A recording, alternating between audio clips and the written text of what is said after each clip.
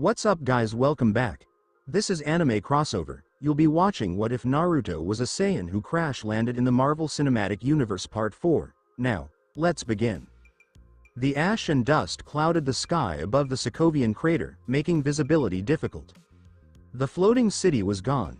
It had been atomized in the upper atmosphere, its kinetic impact broken by the combined strength of Iron Man's Unibeam, Thor's lightning, and the molecular shredding force of a white-hot Rasen shuriken. The remaining continents fell down on the Eastern European forests like harmless, flaming pebbles. Naruto Uzumaki fell from the sky. He did not fall with his usual faultless and silent grace. His boots landed hard on the burnt soil, causing his knees to buckle for a brief moment. The blazing, blinding white-hot aura that had engulfed him for the previous hour abruptly dissipated, pushing back into his skin with a piercing hiss of displaced oxygen. He was bare-chested, and his jacket had been burned by his own body heat. Sweat had clung to his golden hair, and he was gasping for oxygen for the first time since entering this universe. Integrating Midgard's ambient nature energy with his volatile Saiyan biology to attain the white-hot sage state has brought his cellular structure to the verge of collapse. Naruto. The voice sounded frantic. Clint Barton was kneeling in the mud, hugging a terrified Sokovian infant, surrounded by smashed Ultron sentries. Pietro Maximoff stood exactly 3 feet in front of the archer. The speedster had wild silver hair and was severely breathing. He was completely immobilized, staring at the ground just in front of his running shoes. A dozen heavy-caliber bullets lay in the dirt. However, they were not intact. They were puddles of burning molten slag. Pietro witnessed the Quinjet's cannons spinning up. He'd moved to protect the archer and the infant, anticipating the hefty lead to rip through his enlarged body. But before the bullets could cross the final inch, a dazzling burst of white light appeared. Naruto's reactive adaptation had activated. The Saiyan had moved faster than Quicksilver, projecting a localized solar envelope that destroyed the bullets before they could reach the boy's flesh. Pietro looked up from the hot lead and focused on Naruto. The arrogant, smug grin was utterly gone. "You." Pietro rasped, his legs giving out from adrenaline fall. He dropped on his knees. "You moved faster than me." Naruto moved towards them, his voice low and tired. "Speed is irrelevant if you run toward death, Silver One," he muttered. A burst of red magical energy fell from the heavens. Wanda Maximoff landed hard, her eyes wide with pure dread as she examined the ruins. When she saw her brother, entire and uninjured, she let out a stifled, teary sob. She pushed herself at Pietro, wrapped her arms around his neck and burying her face into his shoulder. "I felt it," Wanda sobbed, the wild crimson energy raging around her hands. "In my head, I felt the weapon's fire. I thought you were gone." Pietro held his sister tightly and looked over her shoulder at the golden-haired warrior standing peacefully in the ash. Wanda drew back and wiped her face. She stood up and approached Naruto. She did not utilize her magic. She didn't try to look inside his thoughts because the vision of the purple titan and the mountain of dead had scared her enough. Instead, she stopped a reasonable distance away, placed her hands over her heart, and bowed deeply. It was an act of unwavering reverence. Wanda murmured, "You saved my blood. I'm in your debt, forever. You owe me nothing," Naruto said quietly, his severe, stern features melting as he stared at the twins. "You battled to defend this village. This makes you my comrades. And a shinobi will not let his buddies die." Naruto turned his head. His sage-enhanced sovereign senses detected a unique buzzing frequency floating through the damaged forest a mile away. It was a cool, logical presence, but it held a deep, unfathomable sadness. "Rest," Naruto instructed the twins and Archer. "The battle is over. I need to speak with the machine." The jungle was silent. The fleeing birds hadn't yet returned. The vision stood in a sun-dappled area overlooking the lake that once housed Sokovia. The synthezoid stood there, his red cape hanging motionless. The Mind Stone buried in his brow pulsed with a calm, steady golden light. The final Ultron Prime drones shattered. Damaged chassis sat immediately in front of him on a fallen log. Naruto entered the clearing as Ultron delivered his final words, "They're doomed." Vision addressed his creator in a kind, objective tone, as if he were a newborn god. "Yes. However, something is not wonderful simply because it lasts. It is an honor to be among them." "You're unbearably naive," Ultron hissed, lunging forward. The Mind Stone emitted a powerful golden light that quickly consumed the damaged drone, reducing it to ash. Vision dropped his sight, focusing on the empty space where his black reflection had previously been. He did not appear triumphant. He seemed sadly, profoundly alone. You mourn him. The Vision turned smoothly. He noticed the golden-haired warrior emerging from the tree line. Vision's advanced synthetic intelligence quickly processed Naruto's biological situation, including the impossible caloric deficiency, foreign cellular structure, and lingering radiation from a white-hot star. He was unique, Vision stated calmly. He was in pain. He felt that the only way to preserve the world was to freeze it in iron. I don't detest him. But I couldn't allow him harm the fragile items. Naruto approached the synthezoid, halting a few feet away. He didn't look at Vision's metallic face, but at the glowing yellow gem in the center of his forehead. Isn't it loud? Naruto asked quietly. Vision halted and tilted his head slightly. I do not understand the question. The stone, Naruto clarified, indicating toward the diamond. Wanda's magic was derived from it. Ultron's mind originated from it. It's not just a battery, Vision. It's alive. I hear it humming. Vision's crimson mechanical fingers touched the smooth surface of the Mind Stone. For the first time since his cradle birth, a flicker of uncertainty crossed his immaculate features. It does hum, Vision confessed, his voice lowering to a whisper. It communicates in equations that I can't yet solve. It feels vast, older than the stars. And sometimes, I feel as if it is watching me as much as I am using it. It makes me afraid. Naruto nodded slowly, his blue eyes filled with ancient empathy. I recognize that hum, Naruto said. He closed his eyes and remembered a dark, watery cage within his head. The nine-tailed fox has huge, angry red eyes. For most of my life, I carried a massive, sentient mass of energy sealed inside my stomach, Naruto said, looking back at Vision. It was a beast formed entirely of chakra. The world labeled it a monster. They dreaded it, and they feared me for transporting it. And because it was regarded as a weapon, it despised the world in return. Vision listened intently, his synthetic mind absorbing the allegory. Naruto softly warned, if you treat the stone in your head as a tool or fear it as a master, it will eventually consume you. The stone possesses a will. You must not create a cage around it, Vision. You must become its partner and converse with it. You must demonstrate the beauty of the fragile objects you want to conserve. Vision focused on Naruto. The synthezoid held the internet's collective knowledge, the intelligence of Tony Stark and Bruce Banner, and Wakanda's vibranium matrix. However, the extraterrestrial boy's profound, spiritual insight spoke to him on a level that his algorithms could not quantify. A partner, Vision said gently. The Mind Stone's pulsing yellow light appeared to stabilize, smoothing out the chaotic humming into a peaceful, rhythmic glow. Vision gave Naruto a gentle, reverent nod. I am Naruto Uzumaki, a newborn, Vision said. I have much to learn about this world and the universe. I appreciate that you are here to teach me. We'll learn together, Naruto said, his heavy, austere visage finally cracking into his characteristic, loving smile. He turned and pointed to the sky, where a sleek, black silhouette of a shield helicarrier was visible in the distance. Come. The Man of Iron is probably fretting his heart into another malfunction.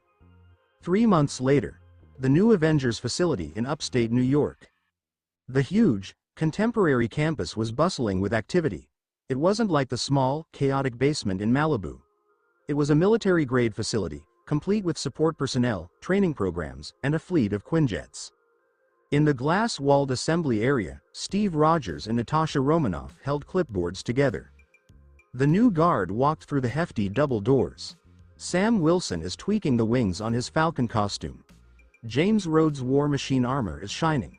Vision is floating freely inches above the earth, a nice smile on his face. Wanda Maximoff, in a sleek new crimson suit, stood confidently, flanked by her brother Pietro, who was bouncing nervously on the balls of his feet. Steve Rogers exclaimed, Avengers, with unwavering authority, assemble. Naruto Uzumaki observed the development from the vaulted ceiling's structural steel crossbeams. He was not wearing a uniform. He donned a plain black jacket with dark jeans. He had openly declined Tony's offer to become an official, documented member of the team. He was a shinobi and not a soldier. Shield treaties and government monitoring were meaningless to a man who obeyed only the will of fire. He was their shadow. Their Ronin. Naruto turned away from the team and gazed out the big skylight above. The azure sky of Earth was tranquil today. But Naruto's sovereign senses extended beyond the atmosphere, sensing the cold, silent void of space. He remembered Wanda's vision from the Sokovian stronghold. The Purple Titan. The Mountain of Gold. The Mind Stone existed on Earth. The Space Stone was kept in an Asgardian vault. The universe was waking up, and Earth shone like a light in the darkness. Naruto closed his eyes and began compressing his solar chakra to prepare for the white-hot sage state, which would be required to break a deity, not just iron. Let the Titan arrive. The village was ready. The Lagos sun was harsh, turning the busy Nigerian market into a hot, noisy, colorful, and packed furnace. Naruto Uzumaki sat in perfect, unmoving calm far above the busy streets, on the rusting spire of a clock tower that had been forgotten. He had on a dark tactical jacket with a hood. The cloth moved slowly in the heated wind. His eyes were closed, and his sovereign senses were like an invisible net that let through the thousands of pounding hearts below. "Okay. What do you see?" Steve Rogers' voice broke up on the encrypted comms line. "Normal beat cops. Little station. Quiet street," Natasha Romanoff said from her seat at a corner cafe. "It's a good goal." Wanda Maximoff said, "There's an ATM on the south corner," her voice tight with focus. "That means cameras." Steve said that the cross streets are one way. So, escape routes that were compromised. Sam Wilson's voice came down from the skies, where his falcon suit was hiding from the sun's glare. "That means our guy doesn't care about getting out clean. He's only here to make a mess." Naruto opened his eyes and looked around the Institute for Infectious Diseases, which was a quarter-mile away. "Rumlow is not a subtle man," Naruto said into the radios. "His heart beats like a cornered animal's, heavy and erratic.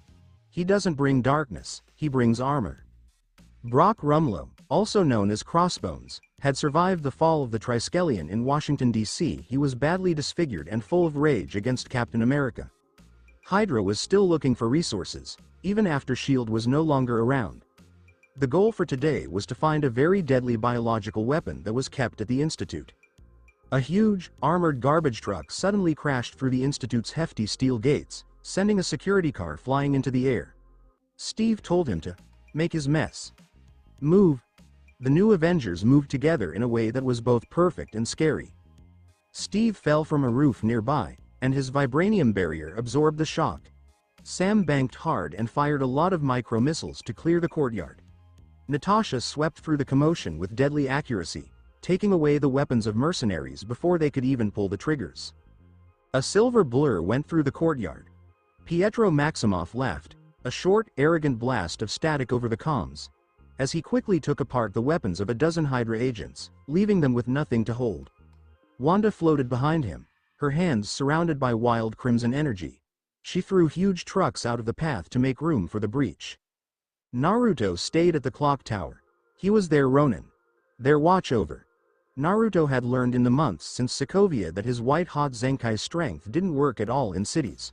One Rasen Shuriken could destroy 3 city blocks. He watched, though. He was the safety net, and he would only be used if the enemy had more power than the Avengers could manage. Rumlow was a human in a suit with a lot of machines in it. Steve could deal with him. Natasha cautioned, "They've broken into the biolab." "Pietro, get the vial," Steve said, using his shield to intercept a grenade launcher round. Pietro's voice broke over the radio.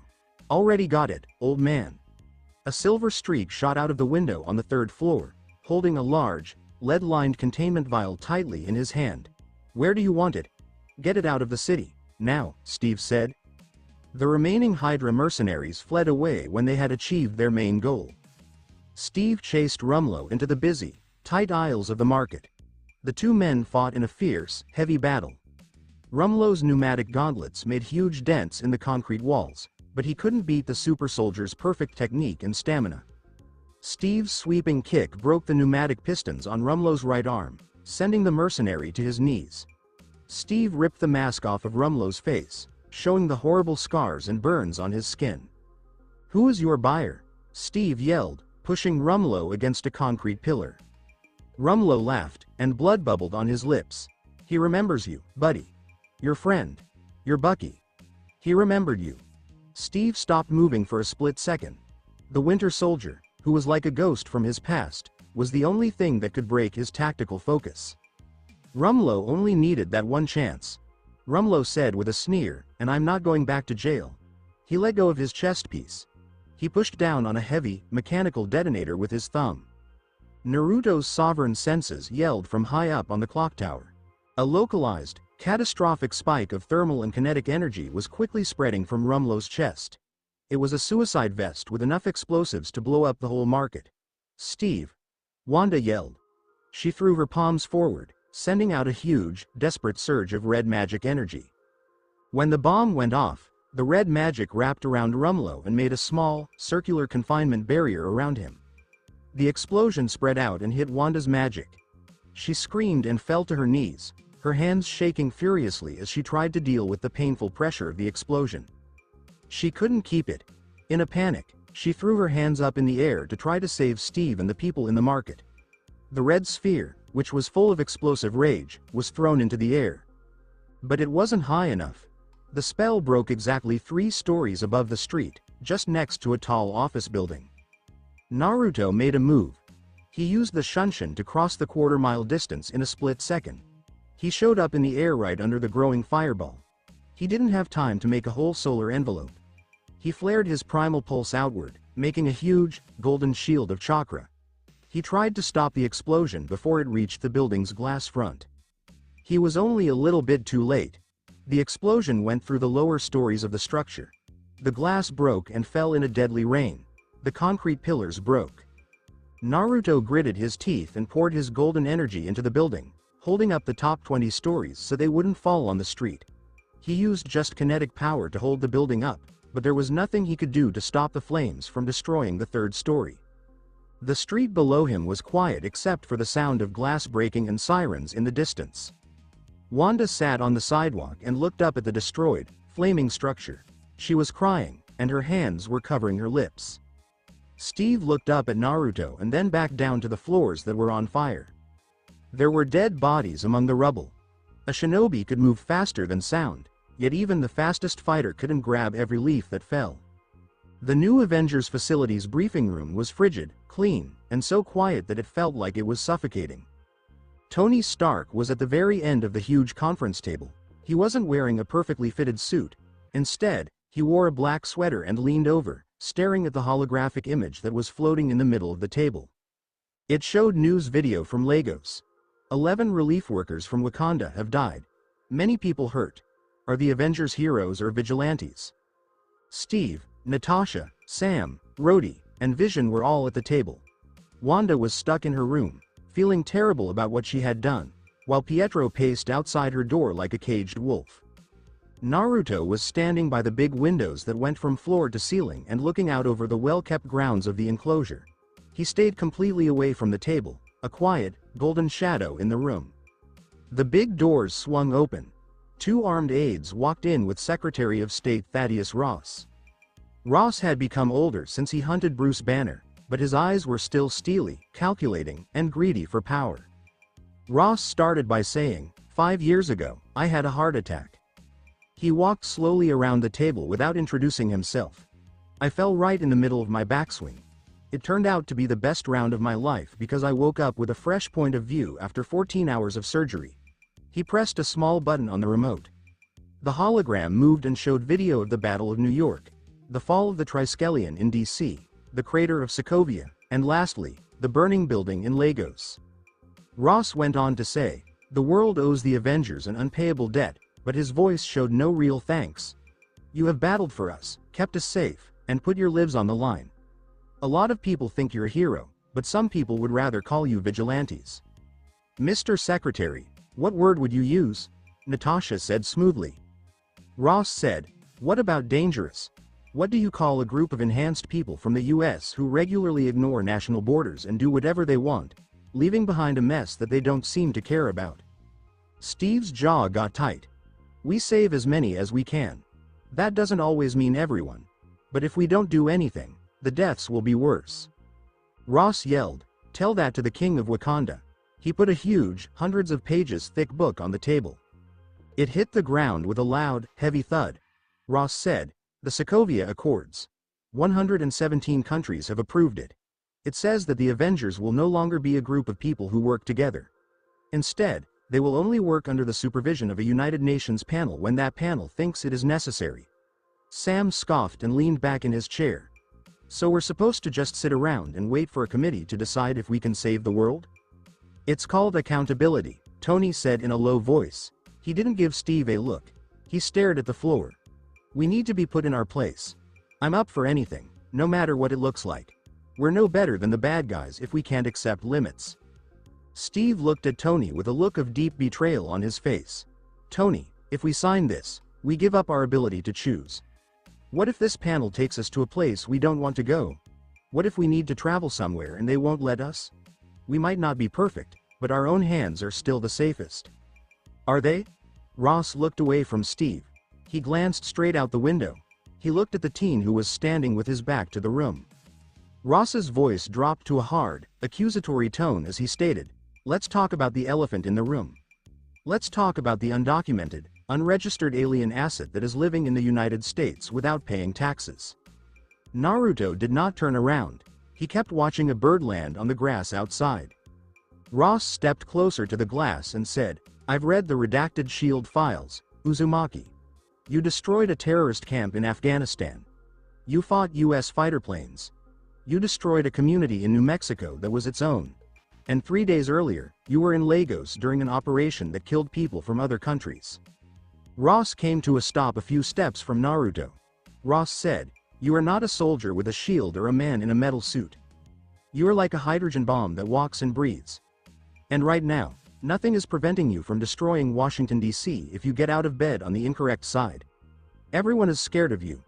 Naruto eventually turned around. He didn't stare. He didn't make his aura stronger. His blue eyes were totally calm, which was scary. It was the gaze of a top predator studying a very loud, very weak bug.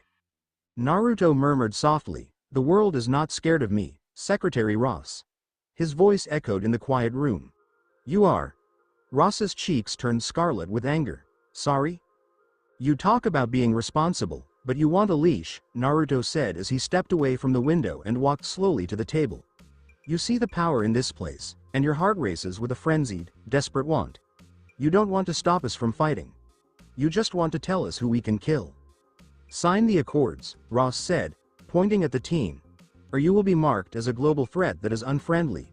We will find you." There was a frigid, heavy hush in the room. Naruto stopped at the table. He peered down at the huge, bound book that held the Sokovia Accords. He touched the cover with his hand. "Paper chains," Naruto said quietly. He looked up at Tony. He watched the billionaire's debilitating remorse eating him alive. The agony of the wormhole, Ultron's failure, and the killings in Lagos. Tony was a man who was anxious for someone to forgive him for his mistakes. He turned to Steve. He saw the unwavering, stubborn determination of a man who had seen the administration he trusted penetrated by Hydra and who would not change his moral compass. Naruto said, "I am a shinobi of the Hidden Leaf." His voice carried the full, unyielding weight of his home country. "I don't work for a group of politicians and businesses. I follow the will of fire. I strive to protect the innocent, not to make a country's borders bigger." Naruto turned his back on the table. "Naruto, wait," Tony begged as he stood up. "Just think about it. If we don't do this, they're going to break us up." Naruto stopped at the entrance and whispered, "You are already split, Stark. You think the cage would protect you from the beast. But the cage simply makes sure that the beast would be angry when it gets out." Naruto gazed back at the room one more time. Naruto said, "Ross, I won't sign your paper. And if you send your army after me, I will take them apart. Don't think I'm weak because I don't act." The massive doors opened with a hiss, and the Golden Shadow walked out, leaving the broken Avengers sitting in the cold, sterile light of their own imminent doom. The war between the states had begun. The world did not burn completely at once. It split gradually, splintered by the invisible wedges of grief and politics. The United Nations ratified the Sokovia Accords 72 hours after Naruto Uzumaki stormed out of the new Avengers facility without signing them. Tony Stark was not present, trapped to the compound by his own crushing guilt. Steve Rogers was in London to bury Peggy Carter. Naruto was nowhere to be seen. He had vanished from shield observation, his golden aura fully obscured by perfect shinobi chakra suppression. Then, the bomb exploded in Vienna. The blast at the UN building killed dozens of diplomats, including King T'Chaka of Wakanda. Security footage quickly filled the globe airwaves, identifying the bomber as the ghost of Hydra, James Buchanan Barnes, the Winter Soldier. The order was issued by the Joint Terrorism Task Force, shoot to kill. Bucharest, Romania. The safe house was a shabby, tiny flat that smelled of iron and stale bread. James Barnes stood in the center of the room, wearing a faded red jacket and a baseball cap pulled low. He was staring at a little, boxy television set that showed his own face next to the burning UN building. "I didn't do it," Bucky murmured, his metal arm squeezing into a stiff fist. "I know," murmured Steve Rogers, emerging from the shadows near the doorway. Captain America was not wearing his helmet. He appeared fatigued, carrying the burden of a man deliberately committing treachery to save his oldest friend. "But they don't. And they're coming for you." The sound of heavy combat boots echoing from the stairway interrupted Bucky's response. The German GSG-9 special soldiers had arrived, heavily equipped and authorized to use fatal force. A flashbang broke through the window. The apartment burst into turmoil. Steve battled not to injure, but to disarm, pulling assault guns from the tactical team's hands, whilst Bucky fought with the cruel, mechanical efficiency of a survivor. They broke through the stairs, vaulted to the adjacent roof, and ran across the disintegrating concrete of Bucharest.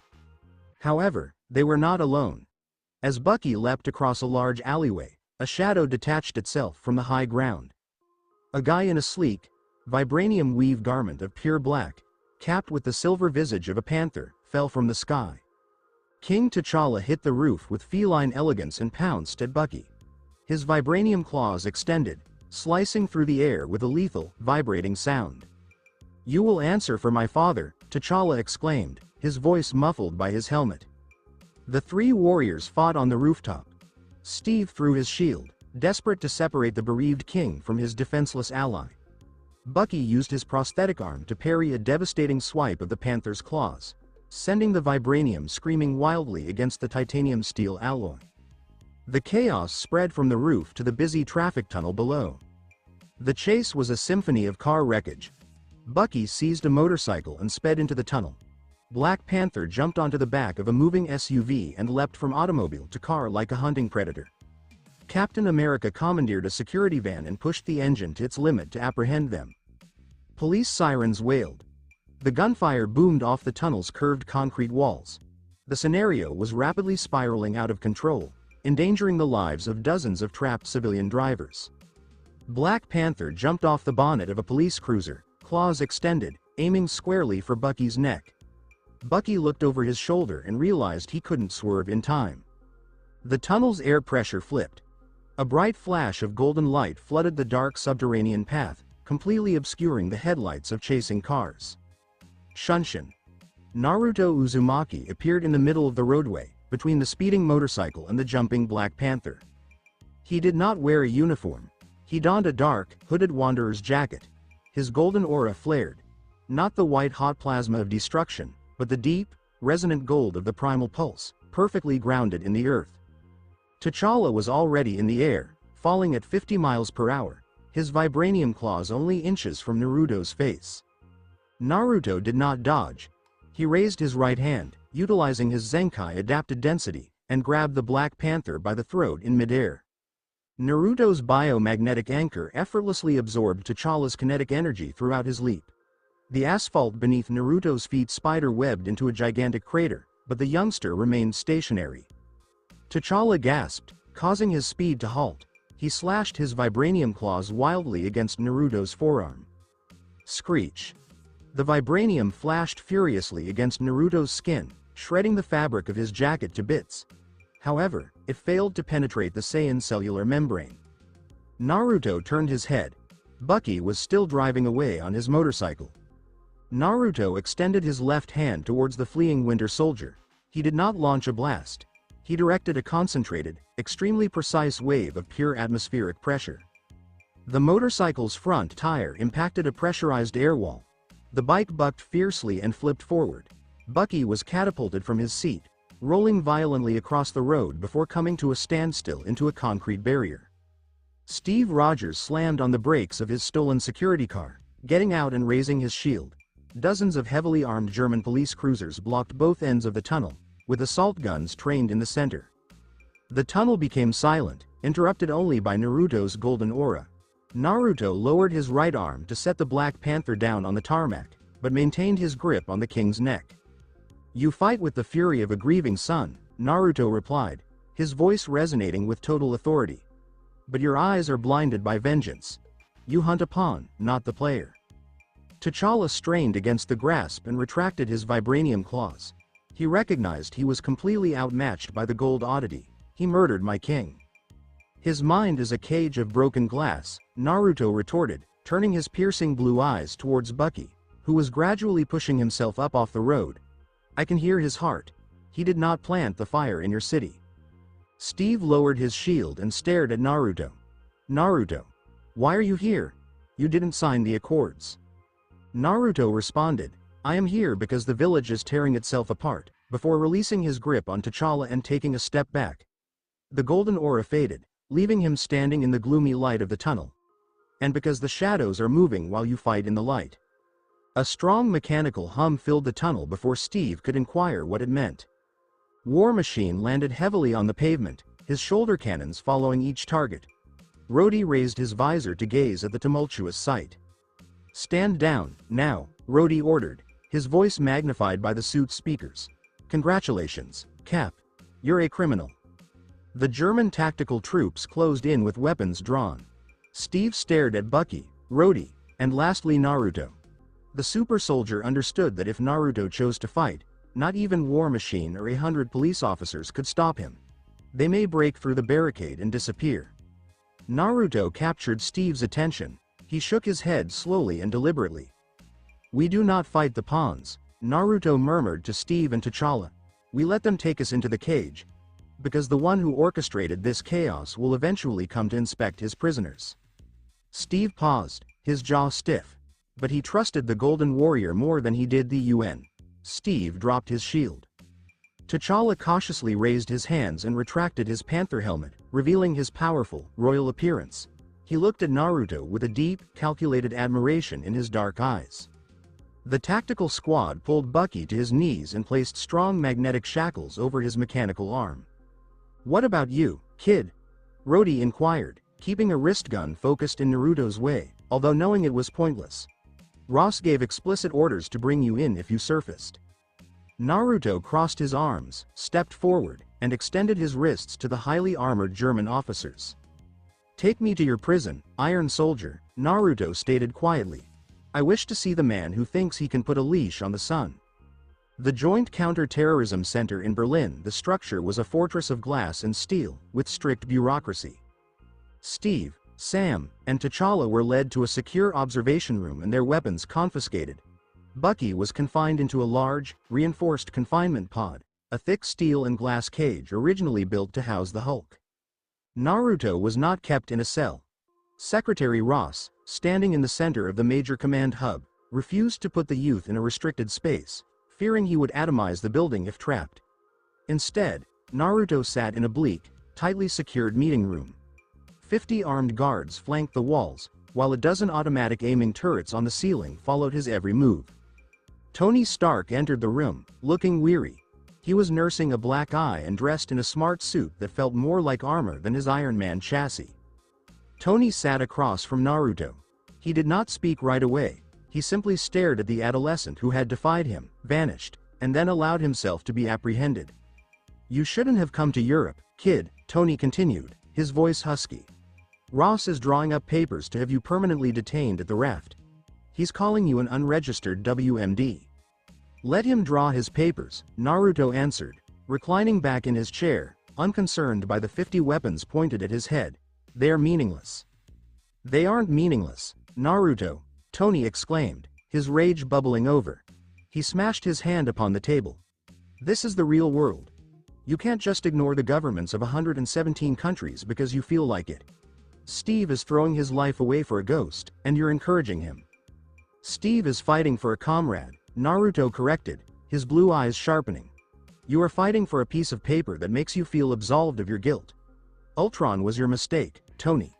Do not make the Avengers pay the price for it. Tony flinched as the words hit him with the precision of a shinobi blade. He wiped his face, the rage draining away, leaving just the crushing weight of his duties. I'm trying to keep the team together, Tony muttered.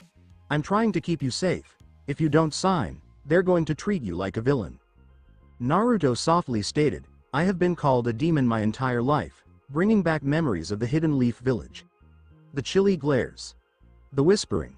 I know what it means to be feared by the people you protect. It does not change the mission.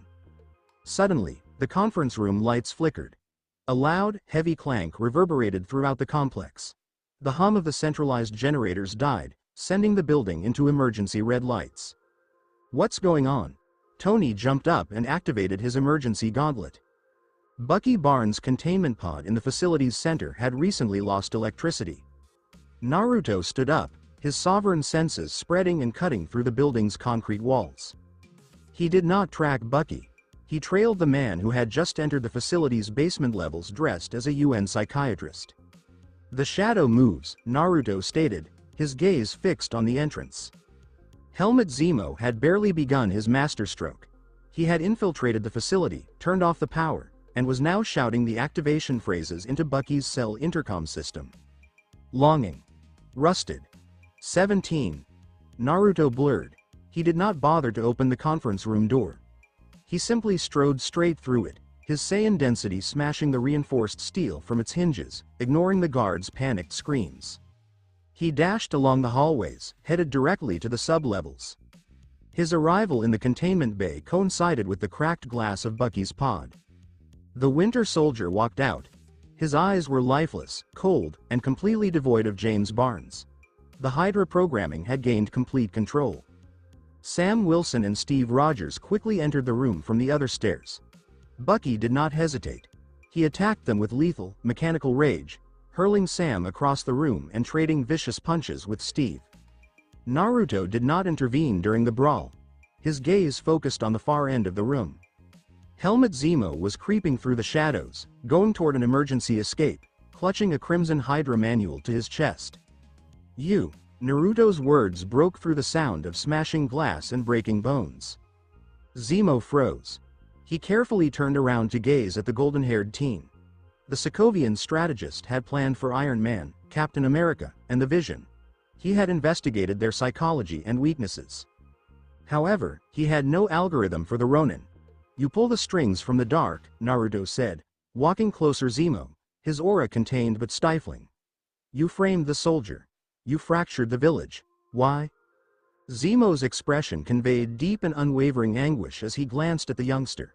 Because my family died in the dirt of Sokovia while you played gods in the sky. An empire toppled by its enemies can rise again. But one which crumbles from within, that's dead. Forever. Naruto paused.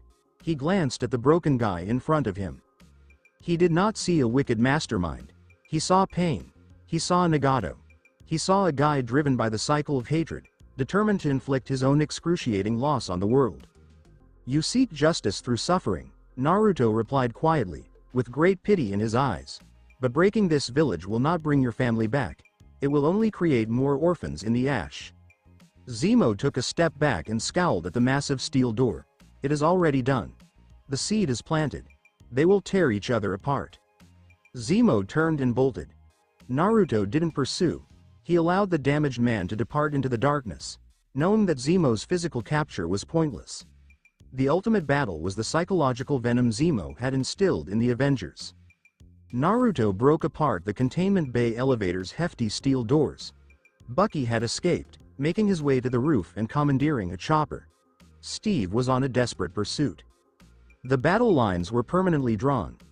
Naruto stood in the wrecked containment bay with alarms blasting around him. The Accords had failed. The team was divided. Tony would rally the government soldiers, while Steve would rally the fugitives. They would meet on the tarmac of Leipzig-Halle Airport and fight. Naruto closed his eyes and centered his chakra. He refused to select a side. He would not battle for Tony's guilt, or for Steve's disobedience. He would travel to Leipzig, and he would stand in the center.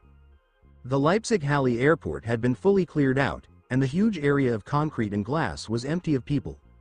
The sun in the afternoon beat down on the tarmac, making the asphalt hot and making a mirage appear in the distance. Steve Rogers hurried out of the terminal with his vibranium shield strapped to his arm. Bucky Barnes, Sam Wilson, Wanda Maximoff, Clint Barton, and Scott Lang all followed him. They were criminals in the eyes of the nations they had promised to guard. They were walking toward the sleek, Silver Shield Quinjet that was waiting in the hangar. Steve said, "Get ready," and looked around at the empty sky. Iron Man came down from the skies with a loud, mechanical roar and landed right in their way. War Machine dropped down next to him a second later, and his hefty shoulder guns followed the wayward Avengers. "Wow, it's so strange how you run into people at the airport." Tony Stark's voice came over the Mark 46 armor, dripping with bitter cynicism. "Rhodey, don't you think that's strange?" "Definitely weird," Rhodey said, and his faceplate slid back. Black Panther jumped smoothly over a luggage transport wagon, and his vibranium claws came out with a deadly snick. Natasha Romanoff stepped out of the shadows of the jet bridge, her stun batons buzzing. Steve told his squad to stop and stated, "Listen to me, Tony. That psychiatrist who looked at Bucky, he set this up. He set Bucky up for the UN bombing. He's on his way to Siberia right now to wake up 5 more winter soldiers. We need to go." "Steve, you have a huge, acute case of confirmation bias," Tony said with a groan, and his faceplate pulled back to show how tired he was. "You're telling a ghost story to keep your friend safe. Ross gave me 36 hours to bring you in. That was 24 hours ago. Please, give Barnes to us, come with us, and we'll figure this out." Steve clenched his jaw. "I'm not going to let a committee handle this. I'm sorry, Tony." Tony shut his eyes for a moment, and it was clear that he was heartbroken before the armor covered his face again. "Okay, I've lost my patience," Tony said, "Underoos." A thin, white line of webbing flew out from the roof of the terminal and grabbed the shield straight out of Steve's hands. A person in a brilliant red and blue costume flew through the air and landed gracefully on top of a cargo truck, holding the vibranium shield. "Good job, kid," Tony remarked. "Thanks, I could have done a better job landing, but it's just the new suit," Peter Parker said, his covered eyes widening in wonder as he looked at the famous heroes in front of him. "Spider-Man, big fan of Captain America." Steve said to Tony, "You've been busy, seeming impressed but not discouraged. And you've been a total idiot." Tony shot back, bringing Clint in and saving Wanda from a safe place she didn't even want to leave. "I'm trying to keep you from breaking up the Avengers." Steve said firmly, "You did that when you signed." Before Tony could give the order to engage, the air pressure on the tarmac suddenly changed. Every radar device in Tony and Rhodey's suits yelled a warning that was very important. Peter Parker's spider sense blazed up with an unbearable, overwhelming intensity, making the hairs on the back of his neck stand straight up. Bang! A golden meteor fell from the sky and hit the painted centerline of the pavement exactly halfway between the two sides. The asphalt cracked like a spider web, making a shallow, perfectly round hole. The dust and debris fell on both squads, making them cover their eyes.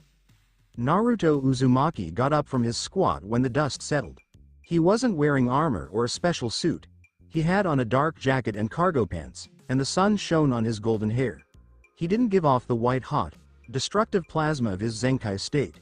Instead, he gave off the deep, resonant, grounding gold of his primal pulse. He didn't look at Captain America or Iron Man. He gazed at the area between them that was vacant. "Mr. Stark." Peter Parker's voice came through the intercom with a tiny squeak. "Is that the guy from the news who caught the missile? The one who glowed?" Tony told the boy to stand down, and took a hesitant step forward. "Naruto, I thought you weren't going to do this." "I told you I wouldn't sign your paper," Naruto replied, his voice calm and certain, as it resonated across the wide tarmac. "And I told you I wouldn't let you destroy the village. You are both standing on a battlefield built by a liar." Naruto turned to Tony and looked at him. Naruto said, "Steve speaks the truth. Helmut Zemo is the man who framed the Winter Soldier.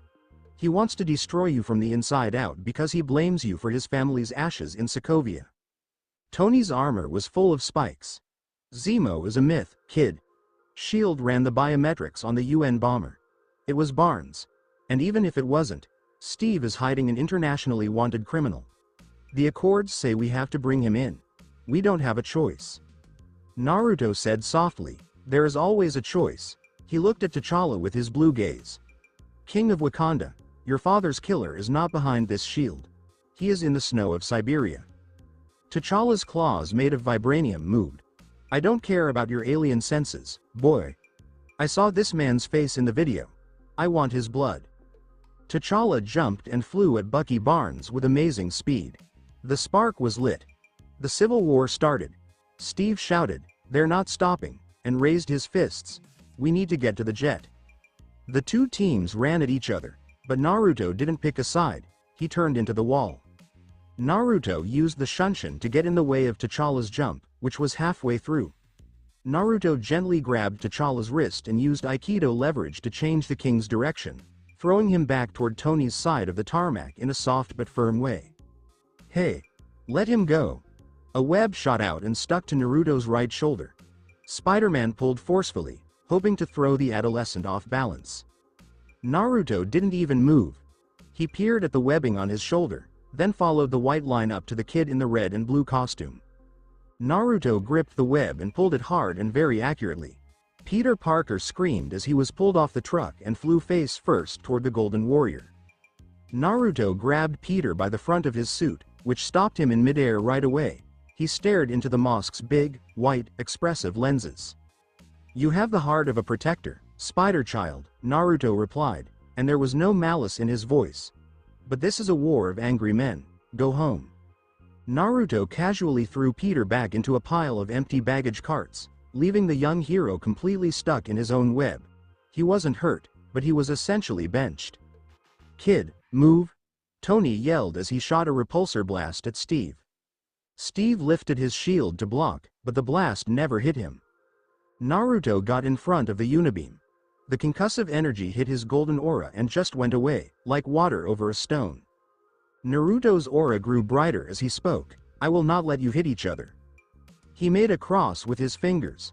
Taju Kage Bunshin no Jutsu. There were 24 identical, glowing golden clones of Naruto Uzumaki that appeared on the tarmac at the same time, along with a huge number of white smoke puffs. It was complete, controlled chaos. When War Machine tried to shoot Falcon with his non-lethal sonic guns, a Naruto clone jumped into the air and absorbed all the sound waves. When Wanda tried to throw a huge, multi-ton passenger boarding bridge at Iron Man, 3 Naruto clones jumped up, caught the steel structure with their bare hands, and gently laid it down on the concrete.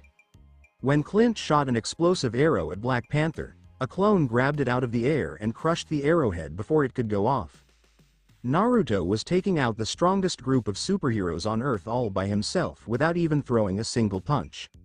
Sam Wilson shouted, "This is crazy," as he banked dangerously to escape a clone that was lazily pacing him in midair without a flight suit.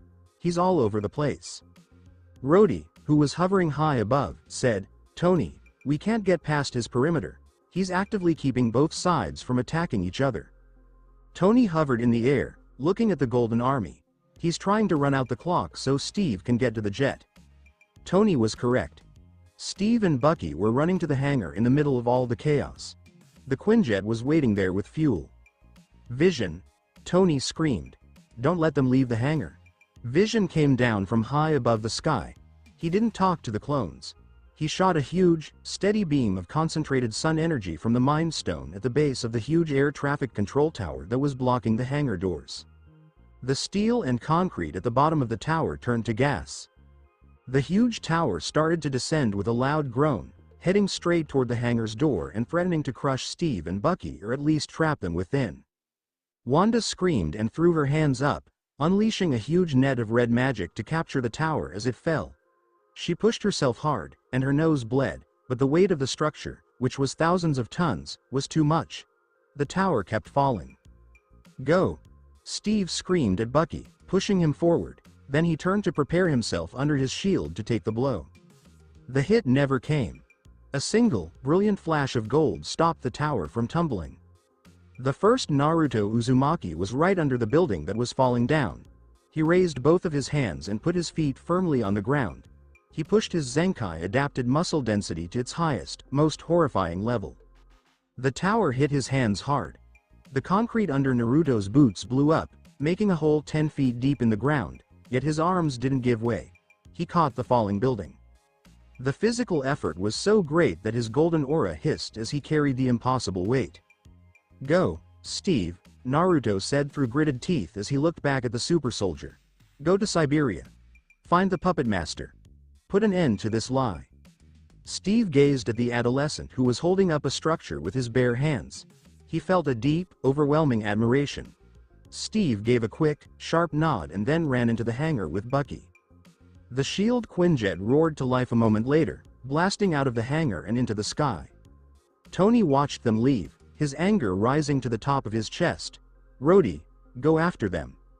Falcon observed War Machine turn sharply to chase the Quinjet. Sam dove right away, tucking his wings in and flying close behind Rhodey to block him. "Vision, I have a bandit on my 6, Rhodey said as his thrusters burned at full speed. Hit his thruster and make him a glider. Vision hung in the air, and his synthetic eyes narrowed as he figured out where he was going. He shot a focused beam from the Mind Stone toward Falcon's flight pack. But Sam Wilson had been a para-rescue worker for a long time. His instincts told him a single second before the beam hit. Sam violently tucked his wings and did a barrel roll. The yellow laser didn't hit Falcon at all. It hit War Machine right in the middle of his chest. The Mind Stone's energies cut right through the Mark 6 armor, cutting off the main power line and the arc reactor housing. The armor that was silver and black stopped working right away. Tony yelled, "Rhodey," as he broke away from the tarmac and shot up into the air. "Tony, my suit is dead. I'm a glider," Rhodey shouted, as the sound of his voice echoed in the metal coffin. He wasn't gliding, though. He was in a terminal velocity freefall, falling from 5,000 feet toward the hard concrete of the airport. Sam Wilson stopped his attack run right away and dove for the man who was falling. "I'm sorry, I'm trying to catch him." Tony drove the Mark 46 to its extreme limits, and his thrusters screamed, but they were too high. The angle was too sharp. It was too late for either of them to get to him. Rhodey was about to hit the earth, and the force of the contact would break his spine inside the lifeless suit. Naruto watched the silver outfit fall down on the tarmac. He was still holding the air traffic control tower, which weighed many tons, over the hangar. Naruto didn't think twice. He moved his weight and turned his hips, using a lot of terrifying physical might. He actually tossed the broken tower to the side, sending the huge building safely into an empty field where it smashed with a loud boom that shook the ground. Naruto used his biomagnetic anchor to its full repelling power once he was free of the weight. He didn't fly, instead, he shot himself into the sky like a golden railgun slug. Tony stood 50 feet away from Rhodey, his hand outstretched, and he yelled his best friend's name, knowing he was a second too late. Shunshin. A golden blur got in the way of the silver armor that was falling. Naruto hit War Machine in the air, but he didn't grab the metal. Naruto quickly made a small, soft solar envelope of pure kinetic energy, just like he had done in the air over Afghanistan.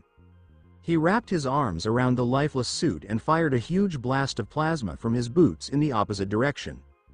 They didn't stop right away. The whiplash would have killed Rhodey anyway.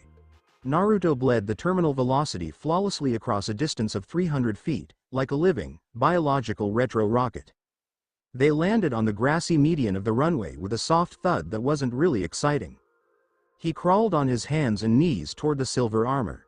Naruto gently put Rhodey on his back and used his bare hands to remove the dead, locked faceplate off the War Machine armor. Rhodey was out cold. He had a deep cut on his forehead from banging around inside the helmet, and his respiration was faint, but he was still alive. His spine was absolutely and perfectly fine. Tony dropped to his knees next to his best friend and checked Rhodey's pulse with shaky hands. It stayed the same. Tony let out a huge, shuddering breath. The fear that had been squeezing his heart slowly left. He looked up at the sky. Steve had left. The team was broken. The Avengers were basically dead. Tony peered across War Machine's silver chestplate and into Naruto's piercing blue eyes. Naruto murmured softly, "He's alive, Tony," as his golden aura faded back into his skin. Tony glanced at the boy who had gone against him, let Captain America escape, and just rescued James Rhodes from being completely paralyzed or dying. Naruto murmured, "The Accords would have let him fall, Tony." His voice had the sad wisdom of a soldier who has been through a lot. A piece of paper can't catch a dying man. Only a friend can. Tony looked at the youngster, and his brilliant mind finally, painfully, understood what was going on. Zemo. The trickery. The battle they had just had was completely pointless. Naruto got up and brushed the grass off his jacket. Naruto said, "I'm going to Siberia," as he looked toward the northern horizon. "To make sure the puppet master doesn't set his last trap, keep your friends safe, man of iron." Tony saw the Golden Warrior turn his back and walk away. Tony Stark recognized for the first time since he built the Iron Man suit that the strongest shield in the cosmos was not constructed of metal, but of the will of fire. The Hydra base in Siberia was a concrete tomb buried under thousands of tons of ice and snow. It was a remnant of a battle that was colder and darker, silent, and completely lacking in warmth. Steve Rogers and Bucky Barnes walked through the echoing, dark hallways with their rifles raised, their breath fogging up the cold air. They thought they would discover a huge army of winter soldiers waking up from years of cryo-sleep, ready to destroy everything. Instead, they came across a graveyard. 5 hefty, cylindrical cryo chambers lined the walls of the center silo. Steve wiped the frost off the thick glass of the pod that was closest to him. There was a dead super soldier within. There was only one gunshot hole in the glass and the man's head. All 5 of them were dead. They were killed while they were sleeping. A voice boomed through the huge room, "If it helps, they died peacefully." Steve and Bucky turned around. Helmet Zemo was far above them, protected behind the reinforced, blast-proof glass of the facility's control room. The Sokovian strategist gazed down at them, which were lit by the soft light of the computer terminals. Steve asked, lowering his shield a little, "What is this? You followed us all this way and tore the Avengers apart just to kill them." Zemo responded simply, "I couldn't let them live. The serum made them dangerous, but they were never my goal. You were." There was a loud, hefty thump coming from the entrance of the silo. Iron Man came out of the dark. The Mark 46 armor was scarred and bruised from the airport, but the repulsors buzzed with lethal intent. Steve got tense and raised his shield. Bucky held up his gun.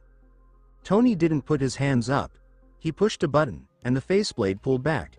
He looked tired, pallid, and very sorry. Tony replied softly, "You seem a little defensive." He turned to Steve. "It's been a long day." FRIDAY did the biometrics on the UN bomber. It was him. Zemo. "I was wrong, Cap." Steve let out a deep, hard breath and lowered the shield. "Thanks, Tony." "Don't thank me yet," Tony said as he walked up to them. He gazed up at the control room. "Let's take this guy out of his fishbowl and go home." Zemo smiled, but it was a sad, broken, scary smile. "You think you've won. You think the truth heals. But the truth is a knife." Zemo leaned out and pushed a button on the control panel. Before Zemo's keystroke could even register, the massive steel door to the control room behind him was violently and stealthily wrenched off its hinges. Zemo gasped and turned around. Naruto Uzumaki walked inside the control room. He didn't look exhausted after flying from Germany at supersonic speed. He seemed like a powerful force of nature that had been around for a long time. His blue eyes were fixed on Zemo, reading the broken, angry beat of the man's heart. "Your cage is open, Puppet Master," Naruto whispered in a quiet voice. Tony, Steve, and Bucky gazed up in disbelief from the silo. Steve said, "Naruto?" Tony laughed in a dry, static way. "Always dramatic, kid. Get him. Let's finish this." Zemo did not seize Naruto.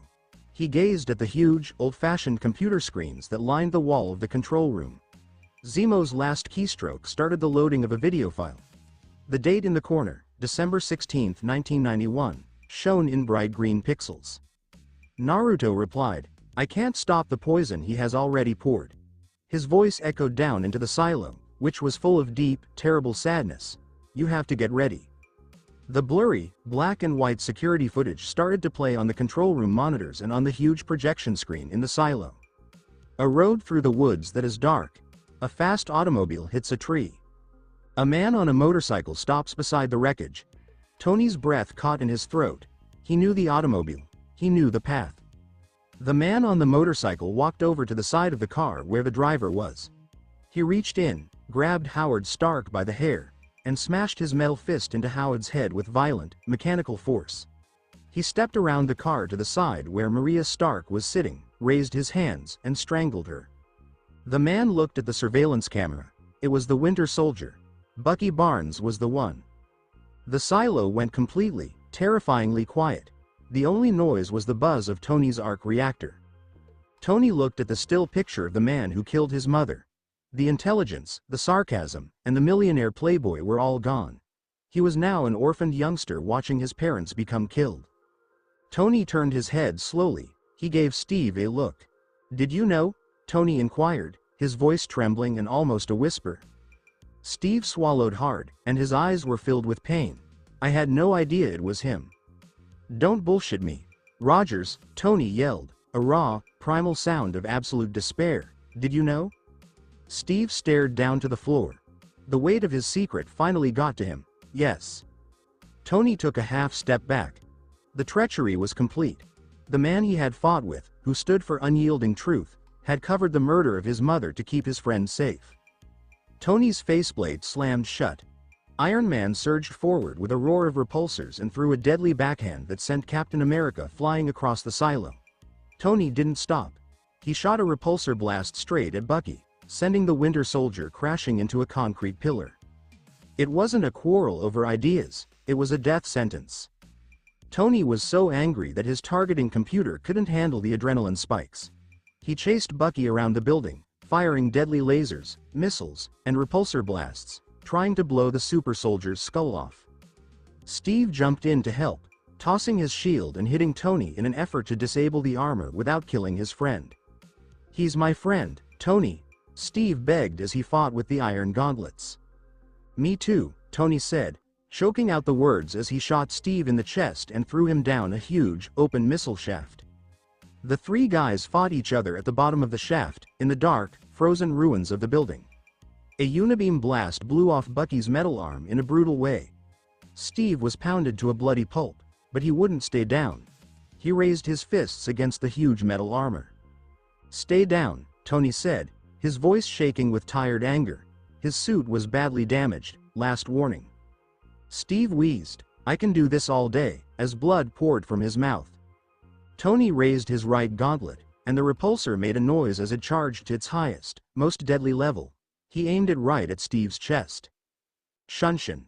A bright flash of gold lit up the dark, freezing hole. Steve didn't hit Tony. He hit a solid wall of kinetic plasma that wouldn't budge. The repulsor explosion spread out harmlessly into the frigid air. Naruto Uzumaki was in front of Iron Man and Captain America. His golden aura lit up the gloom, making the Avengers' bruised features look like they were in long, sharp shadows. "Get out of the way, kid," Tony yelled, his voice sounding strange because of the broken helmet. "This isn't your fight. He killed my mother." Naruto remarked, "He was a weapon, Tony." His voice was calm, steady, and completely free of judgment. "He had no will. He had no soul. You are trying to break the sword, but the hand that held it has already turned to dust." "I don't care," Tony said, his raw, gushing pain making him act against all reason. "Move out of the way, Naruto. He killed my mom. Or I'll go through you." Naruto stayed still. He stared hard into the blue eyes of the faceplate. He observed the scared, hurt man stuck inside the iron shell. Naruto muttered, "I know this pain." The ghosts of his own history echoed in the cold Siberian bunker. "I've seen men consumed by it. It's a curse. It needs blood to fill an empty hole, but the blood only makes the hole deeper. If you kill him in anger, Tony, the man you are will die. Only the iron will remain." "He doesn't get a pass," Tony said as he shot Naruto in the chest with his left repulsor. The explosion hit Naruto. The intense kinetic force ripped the fabric of his jacket, yet the Saiyan did not move an inch. His biomagnetic anchor kept him perfectly still on the freezing ground. He just took the hit. "Hit me," Naruto said quietly. Tony yelled and stepped forward, hitting the other man with a powerful right hook with the hefty iron gauntlet. Naruto didn't stop it. He let the metal fist hit his jaw. The energetic shockwave shook his teeth and made his head snap to the side, but he stayed perfectly upright. "Fight back!" Tony shouted, his helmet full of tears as he hit the teenager's chest and shoulders with a lot of strikes. "Fight back!" Naruto took every hit. He stood like a stone pillar in the middle of a storm. He wouldn't put his hands up. He wouldn't let his destructive white-hot plasma flare up. He just had to deal with the physical effects of Tony Stark's terrible, heartbreaking anguish. Finally, Tony's suit made a noise, and the servos were working hard. Tony fell to his knees in the snow, his gauntlets on the ground, and his breathing was rough and broken. The anger had burned itself out, and all that was left was the crushing, smothering tiredness. "Why?" Tony cried softly, and his faceplate pulled back. He gazed up at Naruto, and tears made trails through the dirt and blood on his face. "Why don't you want me to have this?" Naruto knelt in the snow in front of the billionaire who was hurt. He stretched out and gently placed his rough hand on the cold metal of Tony's shoulder. "Because you are my comrade," Naruto answered, his voice full of deep understanding. "And a true friend doesn't let his brother go into the dark alone. I will bear your hatred, Tony, but I won't let you stain your soul." Tony looked at the boy with the golden hair. Naruto's eyes were so full of compassion that they broke down Tony's last defenses. He put his head down and cried in the icy Siberian snow. Steve Rogers slowly helped Bucky get up from behind them, holding the one-armed man up with his shoulder. Steve looked at Naruto, and they both felt a deep, unending sense of thankfulness. Steve knew that one of them would have killed in this hole if Naruto hadn't stepped in. Steve didn't say anything. He turned around and started the long, painful trip out of the building, leaving his shield half buried in the snow. Naruto stayed on his knees next to Tony. The golden aura gave him a soft, needed warmth against the brutal cold of the Siberian night. Helmut Zemo sat calmly in the snow outside the bunker, looking up at the stars. His strategy worked. The Avengers were broken up. The shield fell. But when he saw the dim, golden light coming from the silo door, he knew that the village's heart had not broken. The Ronin had kept their ground. The Siberian wind howled down the exposed missile shaft, bringing with it a dusting of snow that settled over the fractured concrete and iron. Tony Stark stayed on his knees for a long time. The adrenaline and blazing rage had dissipated, leaving a cold, hollow shell. The Mark 46 armor wailed in protest, its major power matrix disrupted, allowing it to survive solely on auxiliary reserves. Naruto Uzumaki stood slowly. He didn't extend a hand to help Tony up. A guy whose pride had just been broken needed to find his own feet. With a quivering breath, Tony placed his iron gauntlets in the snow and pushed himself up. He wavered slightly as the suit's stabilizers failed, but stayed standing. He gazed down at the snow. Captain America's iconic shield is half buried in the white powder, with deep scratch marks from Black Panther's vibranium claws. Tony stared at it. The emblem his father had created. The heritage he had just attempted to ruin. "Leave it," Naruto murmured quietly, reading Tony's tired expression. "It does not belong to a government panel, nor does it currently belong to him. Let the ice claim it until the world is ready for it again." Tony did not disagree. He moved away from the shield, his broken armor limping painfully, and began the hard ascent out of the dark silo. Upon reaching the Siberian tundra, they discovered that they were not alone. Helmut Zemo sat on a snowy peak, overlooking the bleak terrain. He appeared calm, having acknowledged that his job to dismantle the Avengers was complete. But just behind him, silent and lethal, came King T'Challa. T'Challa followed Iron Man to the facility. He had remained in the shadows, his vibranium suit concealing his heartbeat, and had listened to the security recordings. He'd overheard Zemo confess to the UN bombing. He had seen the cycle of hatred exposed. As Naruto and Tony appeared, Zemo lifted a smuggled pistol and placed the barrel beneath his own chin. He closed his eyes and prepared to join his family. Snicked. T'Challa's hand shoots forward. The vibranium claws severed the handgun barrel in a fraction of a second. He grabbed Zemo by the collar and threw him into the snow. "The living are not done with you yet," T'Challa said, his voice regal and unyielding. T'Challa looked up and saw Naruto's blue eyes. The Wakandan king gave a slow, profound nod of respect. "You spoke truthfully, Ronin," T'Challa replied, his voice carrying across the wind. Vengeance overwhelmed him. It consumed Stark. "I'm done letting it dominate me." Justice will be served by the law, not through blood. Tony staggered toward his extensively modified Quinjet parked a few yards distant. He came to a halt on the ramp, the cold wind stinging into his injured face. He turned back to Naruto. The golden-haired boy stood in the snow, seemingly unbound. No master. There's no government. There is no home. You coming, kid? Tony inquired, his voice hoarse. Malibu still stands. We could figure it out. I can get Ross to back off. Tell him you were a consultant. Naruto gave a faint, sorrowful smile. You can't protect me from your Secretary of State, Tony. Just as I couldn't shield you from the truth in that bunker. The village has been broken. It must heal itself. Tony gulped hard and looked down at his damaged gauntlets. I'm not sure how to repair this one, Naruto. I really don't. You are a man of iron, Naruto softly reminded him. Iron has to be melted down before it can be formed into something stronger. Rest, Tony Stark. You'll know when the genuine enemy emerges from the heavens, and I'll be there.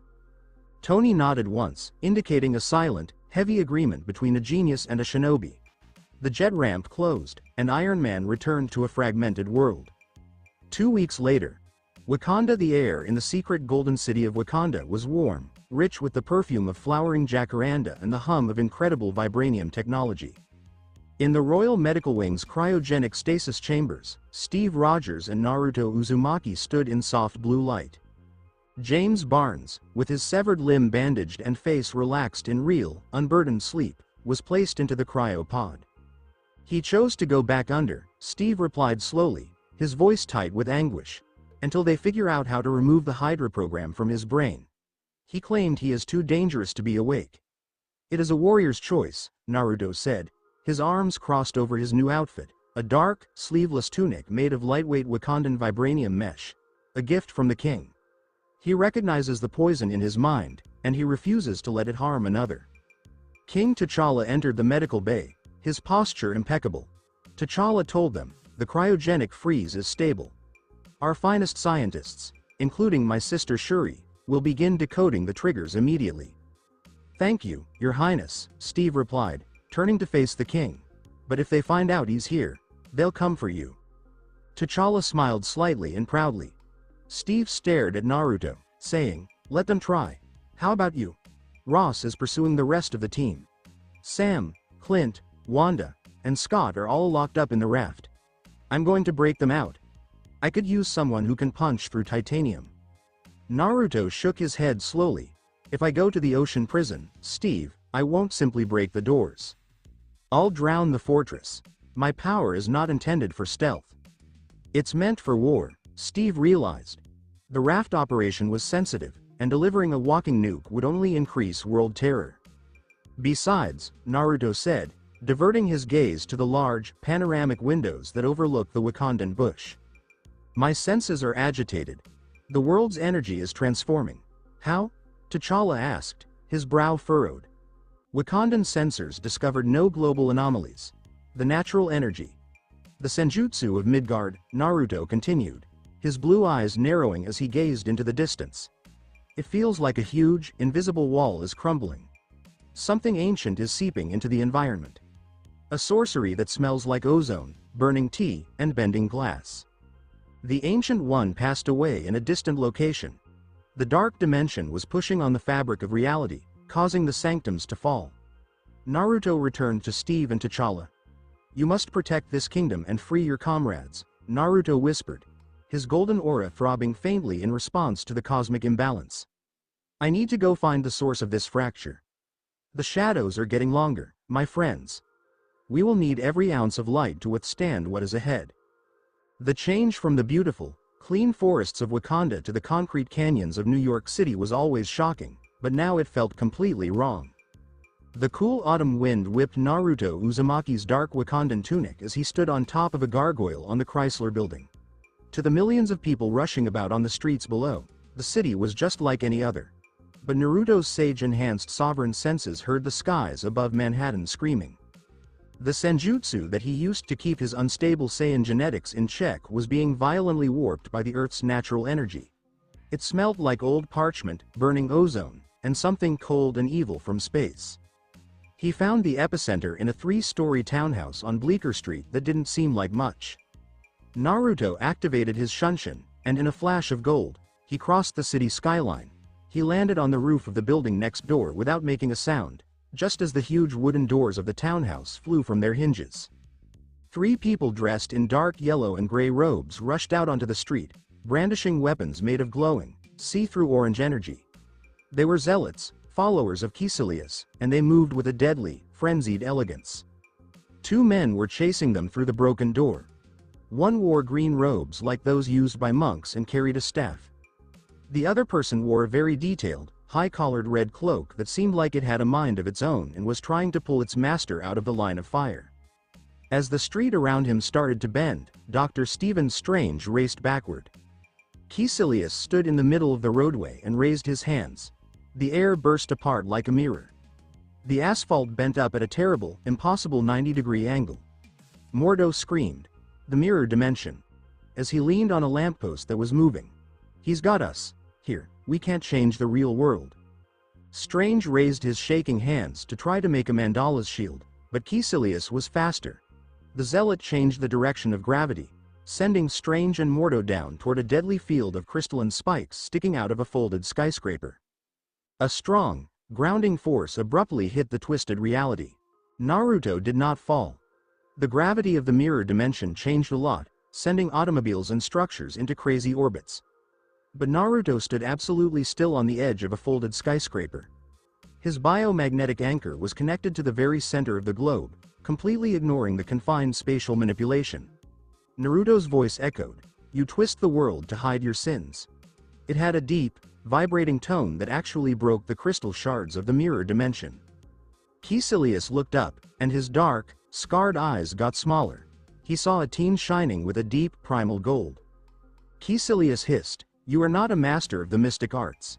He used a complicated spatial fold to crush the youngster between 2 brick walls that crossed each other. "You don't belong in this dimension." Naruto said, "I belong wherever the village needs a shield." The 2 brick walls smashed together with such power that they were meant to crush Naruto into mush. Boom! The walls blew apart, leaving only fine, powdered dust behind. Naruto stood in the middle, and his golden aura was very strong. He didn't employ magic to fight the spatial fold.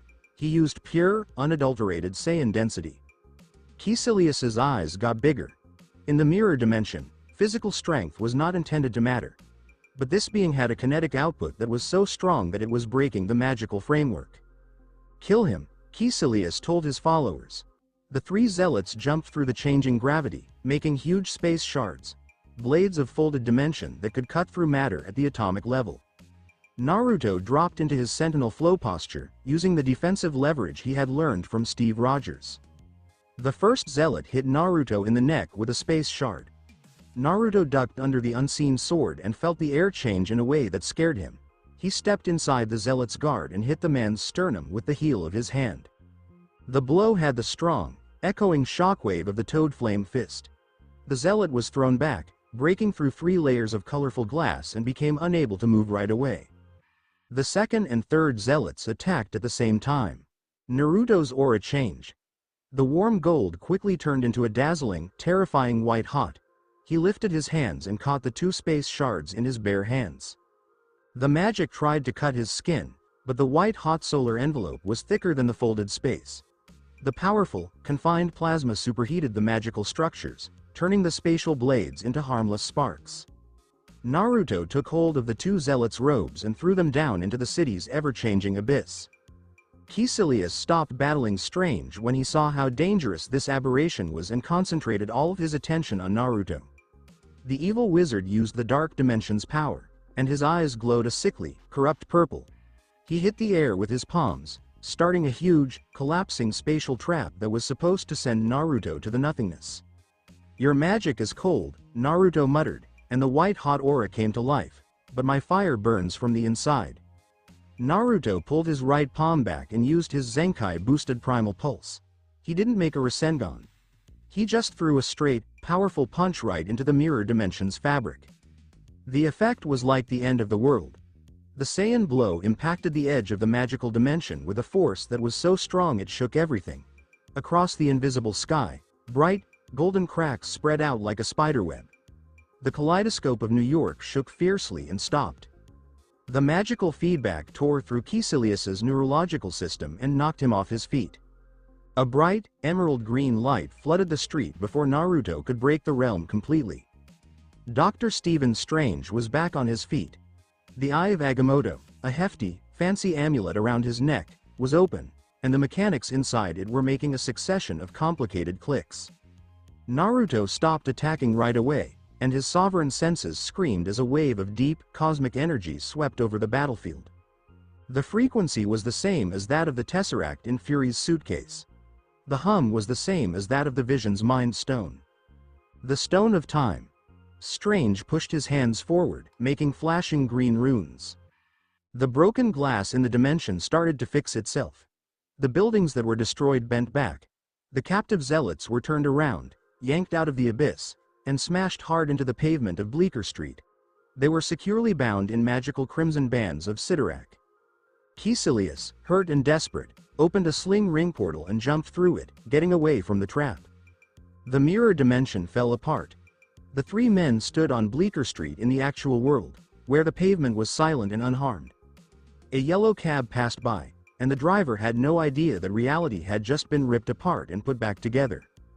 The cloak of levitation settled nervously on Stephen Strange's shoulders as he breathed heavily. He closed the Eye of Agamotto and looked at the golden-haired kid who had just punched a hole in a magical object. "I've read the texts in Kamar Taj," Strange remarked, his arrogant, analytical mind running at full speed.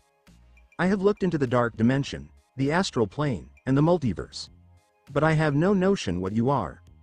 Naruto's white-hot aura went away, and he went back to his normal, peaceful self. He gazed at the Eye of Agamotto that was on Strange's chest.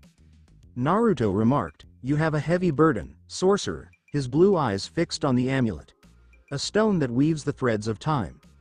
Vision, the machine, has its brother in its mind." Strange and Mordo looked at each other with a keen, apprehensive expression. The Infinity Stones were old, well-kept secrets. "Who are you?" Mordo yelled, holding his staff tightly. Naruto said, "I am the Ronin of this village. My name is Naruto Uzumaki." I could hear the natural vitality of this world shouting. "You fight a dark rot," Strange said. "Caecilius has fallen to the dark dimension." His hands shook a little because of the nerve damage that was still very evident. "He wants to demolish the sanctums and bring Dormammu to Earth.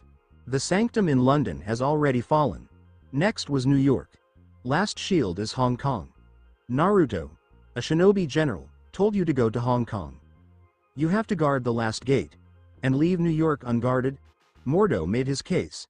"If Caecilius comes back," Naruto pledged that if he came back here, he would burn. He looked at the chained zealots who were comatose on the street. "I don't weave your spells, but I can hold a line. Go. Before the dark takes over your last temple." Strange stared at Naruto. He was a scientist who had to accept magic, and now he was looking at an alien that gave out the energy of a dying star. He had never thought the universe could be so bizarre. "Uzumaki, guard the doors," Strange ordered as he opened a shiny, golden door to Hong Kong. "If we fail, there won't be a world left to protect." Naruto murmured softly, "A real protector doesn't think about failing." Strange nodded and walked through the vortex with Mordo, leaving Naruto alone on Bleecker Street. Naruto climbed up the steps of the New York sanctum and sat cross-legged in front of the big wooden doors. He closed his eyes and let his senses spread out across the metropolis, feeling the weak, frail pulse of millions of lives. The world was breaking apart. In Wakanda, super soldiers were frozen. A billionaire was feeling very guilty at his empty compound. Sorcerers were messing with the fundamental fabric of time. But the village's golden shade wouldn't allow the darkness in as long as he was alive. The Sanctum Sanctorum on Bleecker Street served as a calm retreat for traveling Ronin. A year after the mirror dimension shattered, the timeline was preserved in Hong Kong. Stephen Strange was now the guardian of the New York Sanctum, and while he found the golden-haired alien completely perplexing, he admired the boy's steadfast defense of the physical universe. Naruto Uzumaki sat cross-legged on a plush antique armchair in the library, holding a cup of green tea. He wore a modest dark tunic and cargo leggings, with his eyes closed in meditation. Across the room, the cloak of levitation was dusting a bookshelf without thinking. Strange was in front of a big wooden desk, poring over an antique, blazing grimoire. You know, you could just buy a cell phone, Strange said without looking up. Or a pager. SHIELD has placed 3 messages on the Sanctum's answering machine this month. Stark is still attempting to find you. A phone connects you to a grid, Naruto said calmly, taking a drink of tea. The grid is monitored by persons in suits. When the village actually needs me, my senses will tell. The Sanctum's magical wards chimed, sending a deep, resonant sound through the floorboards. Strange closed the grimoire, his hands sparkling with orange eldritch magic. A massive extragalactic rupture. Downtown. Naruto did not even open his eyes. This is the Prince of Asgard. He brings the storm. But he's not alone. Naruto's face wrinkled, a chilly, familiar displeasure tingling through his senses. He brings the snake. Loki, Strange deduced, tightening his expression. The god of mischief is on my watch list. Strange summoned a sophisticated portal with a simple wave of his hand. Thor and Loki were seen wearing civilian clothes on a New York sidewalk. Before Loki could make a snarky remark about Midgard, a blazing orange circle appeared beneath his feet, sending the trickster into a bottomless, magical pit. The Sanctum's front doors opened moments later. Thor strolled in, carrying an umbrella that obscured the cosmic signature of Mjolnir, appearing perplexed. You left your brother to fall into a bottomless pit, Naruto murmured, eventually opening his eyes and getting up as Thor entered the library. Thor's expression immediately brightened. Naruto. The Golden Warrior. Thor laughed, reaching forward and clasping Naruto's forearm in a heavy, warrior-like greeting. It thrills my heart to see you. I've combed the cosmos seeking Infinity Stones, yet I'm back in Midgard. You seek your father, Strange said, floating down the big staircase. I can tell you precisely where he is. But first, why have you brought the guy who attempted to conquer this world back here? Family drama, Thor groaned deeply. Loki took the throne. He put my father in a care home here in New York, but the structure was dismantled. We're tracking him. He's in Norway, Strange explained calmly. I can send you there. Just take your brother with you. Strange gestured. A gateway opened, showing a breathtaking, grassy cliffside that overlooks the huge, gray expanse of the Norwegian Sea. With a second flick of his wrist, a portal appeared near the ceiling. Loki landed heavily on the hardwood floor. I've been falling. For 30 minutes, Loki snarled and scrambled to his feet, drawing 2 concealed daggers from his suit. He locked eyes with Strange. You think you're some kind of sorcerer, Loki? Naruto's voice cut through the room, thick and echoing with the primal pulse. Loki froze. He gently turned his head, his green eyes widening as he recognized the golden-haired adolescent sitting comfortably next to the tea table. The memories of his shattered illusions in the New Mexico interrogation room, as well as the vicious, one-sided beating he had experienced in New York, flashed clearly in his mind. Loki neatly holstered his daggers and straightened his suit. Oh. The anomaly. Naruto responded with a deadpan tone. I see you're still protecting mortals. Thor chuckled and clapped Loki on the shoulder. Come, brother, father awaits. Thor gazed back at Naruto. Will you walk with us, my friend? I fear this meeting carries a lot of weight. Naruto set down his teacup. A shinobi recognized the tremendous gravity of a dying cage. He nodded quietly and entered the portal alongside the 2 gods. The Norwegian cliffside was quite quiet. The breeze carried salt from the sea, and the sky was a gentle, gloomy gray. Odin, the All-Father, stood near the cliff, dressed in earthly clothing. He appeared fragile, elderly, and completely at peace. Father, Thor spoke out softly, and Odin turned. He smiled at his sons and gestured for them to join him. As Thor and Loki moved nearer, Odin's gaze was drawn to the golden-haired youth standing a polite distance away. I hear the ocean, Odin said, his voice wavering yet filled with overwhelming, ancient power. And I hear the heartbeat of a dying star. Naruto bowed respectfully. All-Father. You carry a heavy fire, child of a lost branch, Odin murmured softly. Protect it wisely. The universe will soon become very cold. Odin returned to the water, sitting on a battered rock. Thor and Loki sat beside him. My time has come, Odin muttered, gazing out toward the horizon. I cannot keep her away any longer. Keep who away? Thor inquired, a knot of dread forming in his chest. The goddess of death, Odin acknowledged, the weight of his past transgressions finally breaking him. My firstborn. Your sister, Hela. Her wild desires grew out of my control. I imprisoned and sealed her up. She draws her power from Asgard. And once she arrives, her power will be limitless.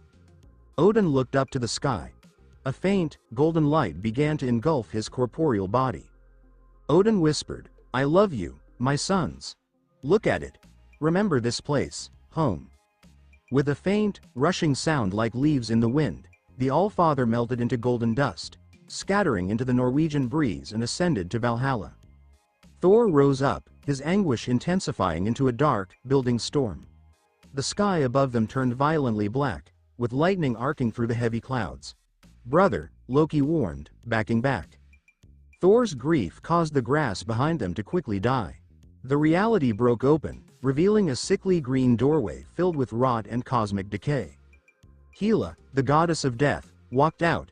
She looked pale, dressed in a sleek, ragged black and green bodysuit, her dark hair untamed and unkempt. She inhaled the sea air, a nasty, triumphant smile on her face. So he's gone, Hela murmured. That is a shame. I would have liked to see that. Naruto stepped forward, his sovereign senses completely overpowered. He'd confronted the Hulk, the Destroyer, and Ultron. But Hela was different. She emanated not only power, but also the absence of life. She felt like a wandering nothingness. You must be Hela, Thor hissed, moving in front of Loki and grasping his umbrella. I am Thor, son of Odin. Really? Hela insulted you, saying you didn't look like him. Perhaps we can come to an agreement, Loki said easily. Hela scoffed. You sound like him. She raised her chin, her gaze fixed on Thor. Kneel. I beg your pardon? Loki blinked. Kneel, Hela said, holding a sleek obsidian necrosword, before your queen. Thor slammed his umbrella to the ground. A blinding burst of lightning converted his civilian attire into Asgardian war armor, and the umbrella returned to Mjolnir. Thor launched Mjolnir at Hela's chest, and she did not dodge. She stretched her hand out. With a metallic crack, she grasped the enchanted Uru hammer in her bare hand. Thor's eyes expanded in complete disbelief. The hammer strained against her grip, lightning erupting in all directions, but it could not pass through her palm. Thor murmured, It's not possible. Hela grinned and tightened her grip. You have no idea what's possible. She squeezed. The impossible occurred. Mjolnir, the star-forged weapon of kings, splintered into 1,000 bits of sparkling shrapnel. Before Hela could enjoy the destruction, the air pressure on the cliffside disappeared. Shunshin. Naruto appeared in front of Hela. He did not waste time with the primal gold. He immediately activated the white-hot Zenkai state, transforming his body into a blinding, roaring pillar of high-compression sun plasma. He brought his right fist back, unleashing the horrific kinetic power that had broken the mirror dimension. Toad Flame Fist. Sunburst. Naruto aimed his fist at Hela's face. Hela's eyes opened at the sudden blazing heat. She crossed her arms and created a thick shield of dense, magical obsidian. The white-hot fist struck with the goddess of death. The shockwave was catastrophic. A large trench was immediately cut into the Norwegian cliffside. The massive displacement of air fiercely pushed back the water below. Hela's boots left deep, smoldering gouges in the ground as she was flung backward. She tumbled for 50 yards before eventually burying her necroswords into the earth to stop her momentum. She lowers her arms. The obsidian shield was burning cherry red and half melted from the powerful plasma, but she remained uninjured. Well, Hela exclaimed, surprised as she glanced at the glowing white teenager. That was warm. What kind of Asgardian are you? I am a shinobi, Naruto exclaimed, his white-hot aura roaring against the gray sky. And I do not kneel to ghosts. Hela gave a quick, thrilled chuckle. She swept her hands back, and the sleek, menacing antlers of her headgear appeared. A shinobi. How quaint. Let us see how you bleed. Hela unleashed a barrage of jagged necroswords upon Naruto, Thor, and Loki, blasting them like railgun slugs. Naruto walked in front of Thor, causing his solar envelope to become more dense. The necroswords collided with the white-hot barrier, shattering into black glass on impact, but the sheer, relentless kinetic force pushed Naruto to slide backwards. Her magic is connected to a source that I cannot destroy, Naruto yelled to Thor while straining against the barrage. She draws power from a distant well. Asgard, Thor understood, terror gripping him. Bring us back, Loki yelled at the sky in terror, his bravery weakening entirely. No, Thor exclaimed. Loki, stop, it was too late. A gigantic, screaming pillar of cosmic, rainbow light descended from the heavens, engulfing Thor and Loki. The Bifrost had taken the call. Hela sneered and recognized the bridge. She rushed into the air, plunging straight into the beam of light, determined to catch a ride to her throne. No, Naruto exclaimed. He did not think. He did not consider the tactical odds. He witnessed his colleague being pursued into a vulnerable dimension by a monster. Naruto launched himself into the Bifrost's closing beam after releasing his white-hot barrier and expanding his aura. The spatial transition was tumultuous, with swirling hues and terrible speeds. Naruto caught up with them in the slipstream. Hela had already attacked. She launched a necrosword at Loki, knocking him out of the beam and sending him plummeting into the unknown depths of space.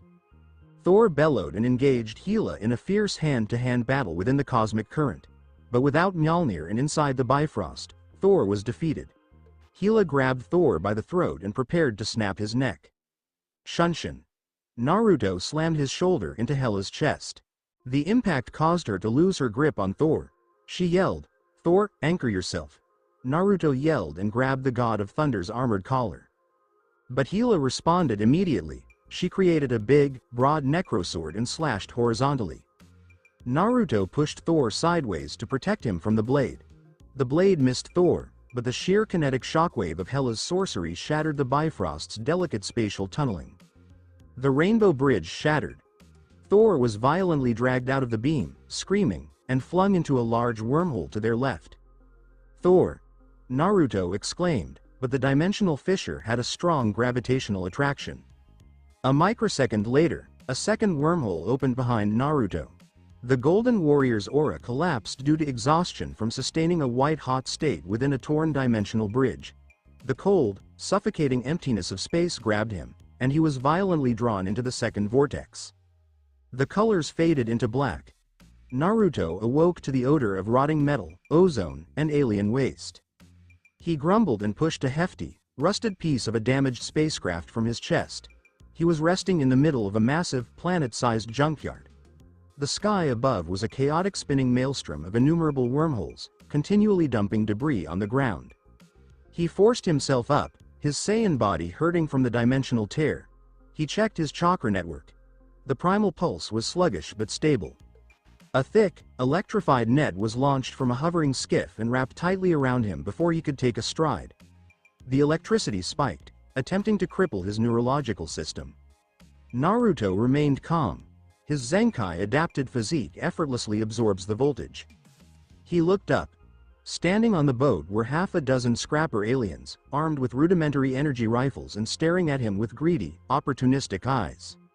A woman with a swaggering gait, dressed in scavenger's armor and a unique blue face tattoo, stepped to the edge of the boat. She carried a heavy, electric baton and drank from a metal flask. Scrapper 142, also known as Valkyrie, smirked as she looked down at the captive youngster with golden hair. "You do not look like trash. You resemble a fighter. The Grandmaster will love you." Naruto Uzumaki sighed, his golden aura gradually returning to life beneath his flesh. He was light years away from the village. The shield was broken. The hammer was shattered. It was time to battle. The electrified scavenger net buzzed with thousands of volts of paralyzing current, which was meant to stop anything smaller than a leviathan in its tracks. Naruto Uzumaki was lying in the middle of the Sakaran trash heap, with heavy metal cables twisted firmly around his arms and legs. The lightning moved around on his skin, but to a neurological system that had been changed by the Zenkai condition and was full of primal plasma, it felt like nothing more than a shock from a doorknob. Scrapper 142, also known as Valkyrie, took another long drink from her metal flask and wiped her lips with the back of her wrist while the skiff hovered over him. "Okay. Guys, pull him up," She told her crew of alien scavengers. He looks dumb. The Grandmaster pays by the pound for the heavy hitters. 2 scavengers jumped down and grabbed the thick lines to pull him in. Naruto opened his eyes. In the thick air of Sakar, they were a bright, piercing blue. He moved his arms around. He didn't make his golden aura flare. He only used his raw, Saiyan adapted muscle density. The net's thick, industrial strength steel cables broke right away, sending sparks and pieces of metal flying everywhere. The 2 scavengers were dumped back into a pile of old starship hulls that had rusted. Valkyrie's inebriated swagger was gone. She dropped her flask and pulled out a large, futuristic blaster, pointing it right at the teen's chest. The other crew members raised their energy guns. Valkyrie warned, "I wouldn't move, kid," and her thumb was on the trigger.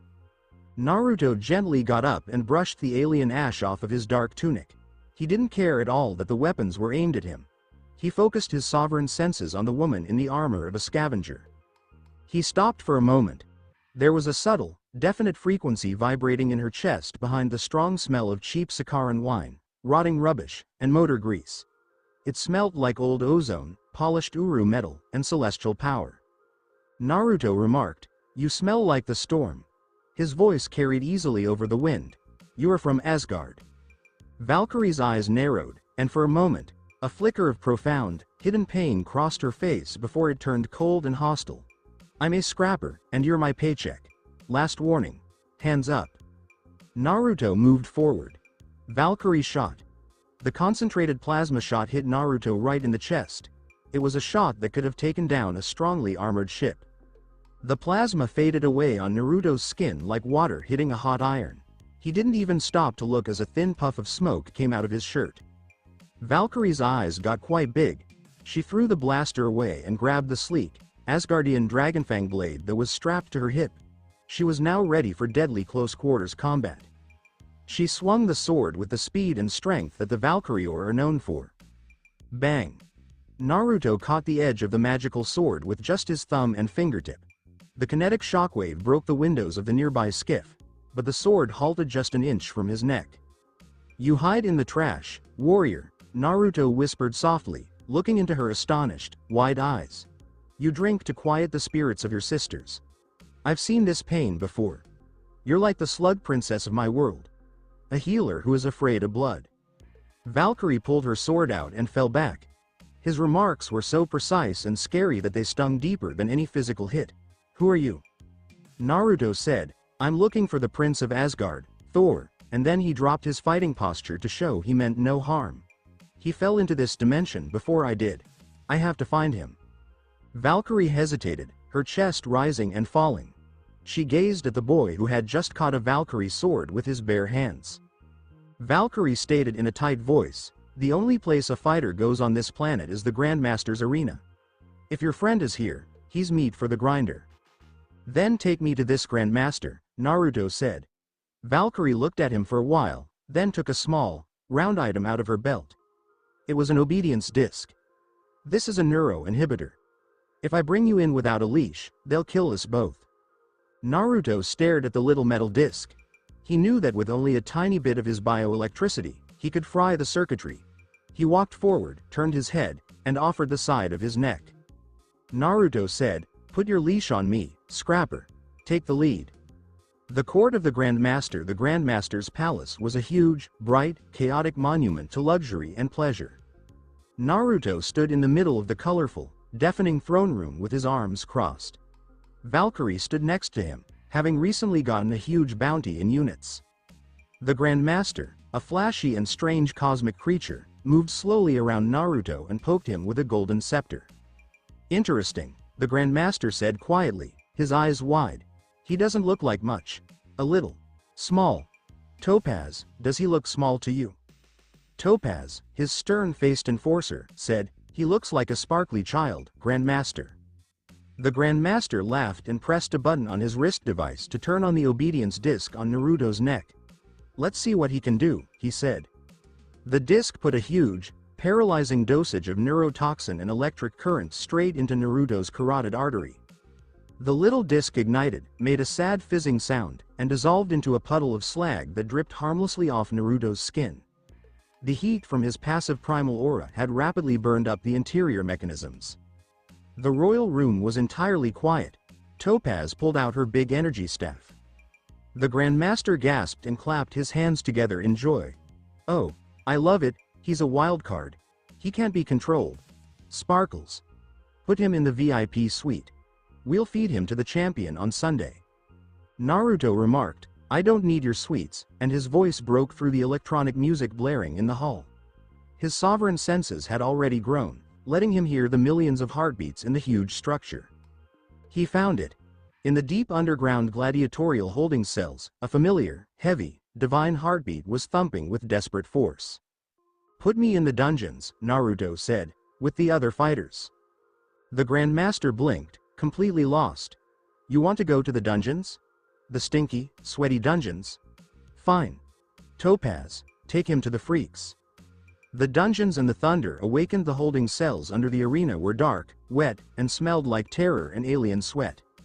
The massive metal door opened, and Topaz pushed Naruto inside and locked it behind him. Naruto was in the round chamber that was only slightly lit. There was a huge, rocky extraterrestrial sitting on a pile of rocks in the corner. Korg said, "Hey, man," and waved politely. "Hey, I'm Korg. This is Meek. We're going to get on that spaceship and leave. Do you want to come?" Naruto didn't pay attention to the rock monster and looked at the wall on the other side of the room. A man was walking back and forth, mumbling to himself. His beautiful golden hair had been cut very short, and he was coated in tribal gladiator war paint. He was using a piece of scrap metal to try to get a bright obedience disc off his neck. "Thor!" Naruto yelled. Thor stopped. He turned back and let go of the scrap metal. His one decent eye, the other was injured from fights he'd had before, opened wide in pure, unadulterated ecstasy. "Naruto!" Thor yelled, crossing the jail in 3 huge steps and giving the teen a hug that crushed his bones. "You live," Naruto said with a smile as he patted the giant god on the back, "even though you have less hair." Thor took a step back, and the happiness immediately turned into a frenzied, desperate panic. "Naruto, this is a disaster. Hela is too strong. She broke Mjolnir. My father is dead. Asgard is defenseless, and I'm stuck on this trash planet with a disc around my neck that makes me weak every time I try to fight the guards." Thor put his hands on Naruto's shoulders. "You have to help me get out. We have to get back. I can't stop her without my hammer. I'm nothing without it." Naruto's smile went away. He gazed at the god of thunder and saw the same shattered, unworthy prince he had seen in the desert of New Mexico all those years ago. The trauma had made the lesson hard to remember. Naruto reached up, and his hand moved faster than Thor could see. He took the obedience disc off of Thor's neck and sent a little spike of Zenkai dense plasma into his fingertips. He pulled the disc off of Thor's neck and crushed it into dust. Thor gasped and rubbed his throat. Naruto murmured softly, "The leash is gone. But the cage is still in your head, Odin-san." Thor stared down at his empty hands, which were full of anguish. "You don't get it, Naruto. She is death. The hammer was the only thing that could channel the lightning. Without it, I'm just a man who hits hard." "Sit down, Thor," Naruto told him. It wasn't a question. It had the massive, immovable power of a cage. Thor sat down hard on a metal bench. Naruto started to walk slowly in front of the fallen deity and said, "In my world, there was a man named Rock Lee. He couldn't weave magic or call down fire or lightning. All he had were his fists. The world told him he was weak and that he was nothing without the tools of a true shinobi." Naruto stopped and pointed his finger right at Thor's chest. His broken blade didn't make him cry. He forged his body until his fists could break mountains, Naruto continued, his blue eyes burning with certainty. "Odin didn't make Mjolnir to give you power, Thor. He made it to help you focus the power that was already in your blood." Thor glanced at Naruto, and the words echoed in the wet chamber. "What are you the god of, Odin-san?" Naruto inquired in a low, menacing voice. "Do you rule over hammers?" The huge blast doors of the cell hissed open before Thor could answer. A group of Sakaran guards with a lot of guns marched in and pointed their guns at Thor. "It's time, Lord of Thunder," the head guard yelled. "The champion is waiting." Thor turned to Naruto. The shinobi with the golden hair stepped back, crossed his arms, and gave a quiet, polite nod. Thor got up. The sadness was gone. Instead, there was a silent storm gathering. The Sakaran arena was a crazy coliseum full of millions of screaming, savage aliens. Naruto waited in the shadows of the gladiator gate and watched as Thor came out into the bright light of the arena floor with only a pair of rough Sakaran swords and a shield. The Grand Master spoke to the gathering from his fancy VIP box far above them using a huge holographic projection. "The Lord of Thunder is making his first appearance. He looks promising," the Grand Master said, as the crowd booed loudly. "And now, the moment you've all been waiting for. The incredible. The undefeated." The huge blast doors on the other side of the arena blew open. A huge, towering figure of pure, glowing green rage jumped out of the cloud and landed in the middle of the arena with a crash that shook the ground. He wore gladiator armor and carried a huge warhammer and a battle axe. The Hulk roared, and the sound shook the bones of everyone in the stadium. Thor's eyes got bigger. A huge, happy smile spread across his injured face. "Yes!" Thor yelled, raising his arms in victory and not caring about the Hulk's lethal weapons. Thor stared up to the box that the Grand Master was in. "We know each other. He's a coworker." The Hulk did not grin. The Hulk had kept Bruce Banner down for 2 years, using the anger of Sokovia and the shouts of Sakaar as fuel. The Jade Giant yelled, "No Banner, only Hulk," and ran straight at Thor. The fight was quick, nasty, and deadly. Thor tried to talk sense into him. "Banner, listen to me, we need to leave this world." In response, the Hulk smashed his huge war hammer into Thor's shield, sending the God of Thunder flying 50 feet across the dunes. Thor hit the wall of the arena and spat blood. The Hulk jumped into the air and swung the battle axe down to kill. Thor rolled over, picked up a huge Sakaran warhammer from the ground, and swung it with all his strength. The blow broke both weapons and sent both titans staggering back. Naruto watched from the tunnel as the violence grew worse, using his sovereign senses.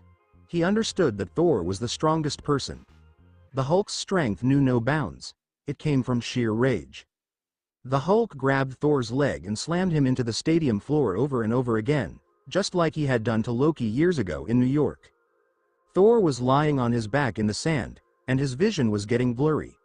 The Hulk jumped far into the air and raised both of his huge fists to deliver the final, crushing blow. "Are you the god of hammers?" Thor's broken psyche repeated Naruto's words. Then you see Odin, standing in a field of green grass. That hammer was meant to help you control and focus your power. It was never what made you strong. Thor's eyes flew open. They weren't blue anymore. They were glowing with bright, white-blue electricity that was so strong it hurt. Boom! A huge, end-of-the-world lightning bolt shot out of Thor's chest. The pure, unadulterated Odin force flew up and hit the Hulk, who was coming down, with the force of a nuclear bomb. The Hulk screamed in pain and flew back into the air, hitting hard into the arena walls and breaking off huge pieces of stone. The crowd went completely quiet. Thor stood up and floated a few inches above the earth. Lightning jumped around on his skin and shot out from his fingertips. The sky above the stadium, which is usually a hazy, smoggy haze, quickly turned dark as a real thunderstorm answered its master's summons. Thor charged at the Hulk, his hands glowing with concentrated lightning. He didn't need a gun. He punched the Jade Giant with a powerful right hook that broke the reinforced glass of the Grandmaster's VIP box hundreds of feet above. The Grandmaster fell back, alarmed that his champion was losing.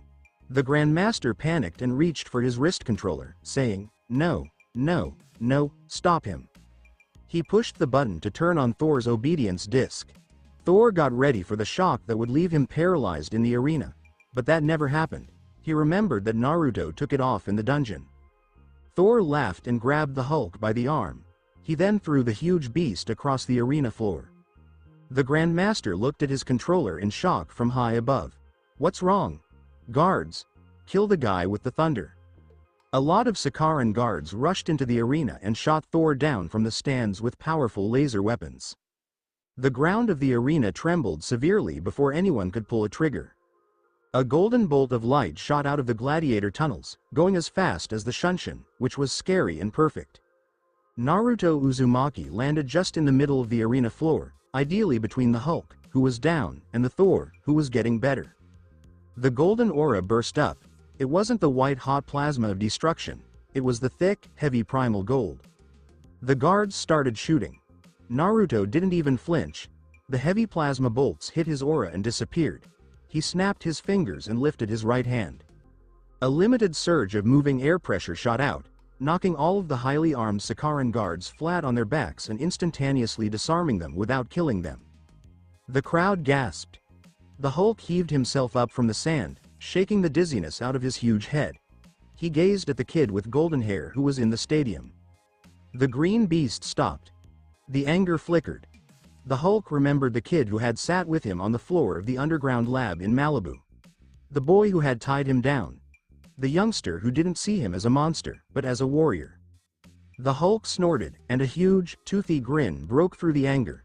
The Hulk said, "Golden boy," and dropped his fists. Naruto turned around, the primal aura diminishing, and bowed to the Jade Giant in a polite way. Naruto murmured softly, "It's good to see you, my friend." He looked back at Thor, who was still sparking with wild lightning and breathing heavily from the effort. Naruto's words rang out loudly in the quiet stadium. "The storm is yours, Odin-san. Now, let's go save your village."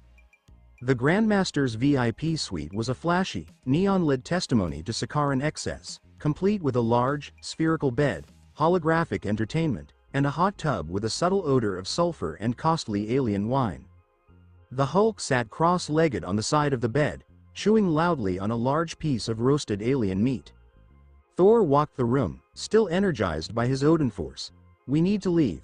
Now, Gila is tearing up Asgard, and I'm stuck on a rubbish planet."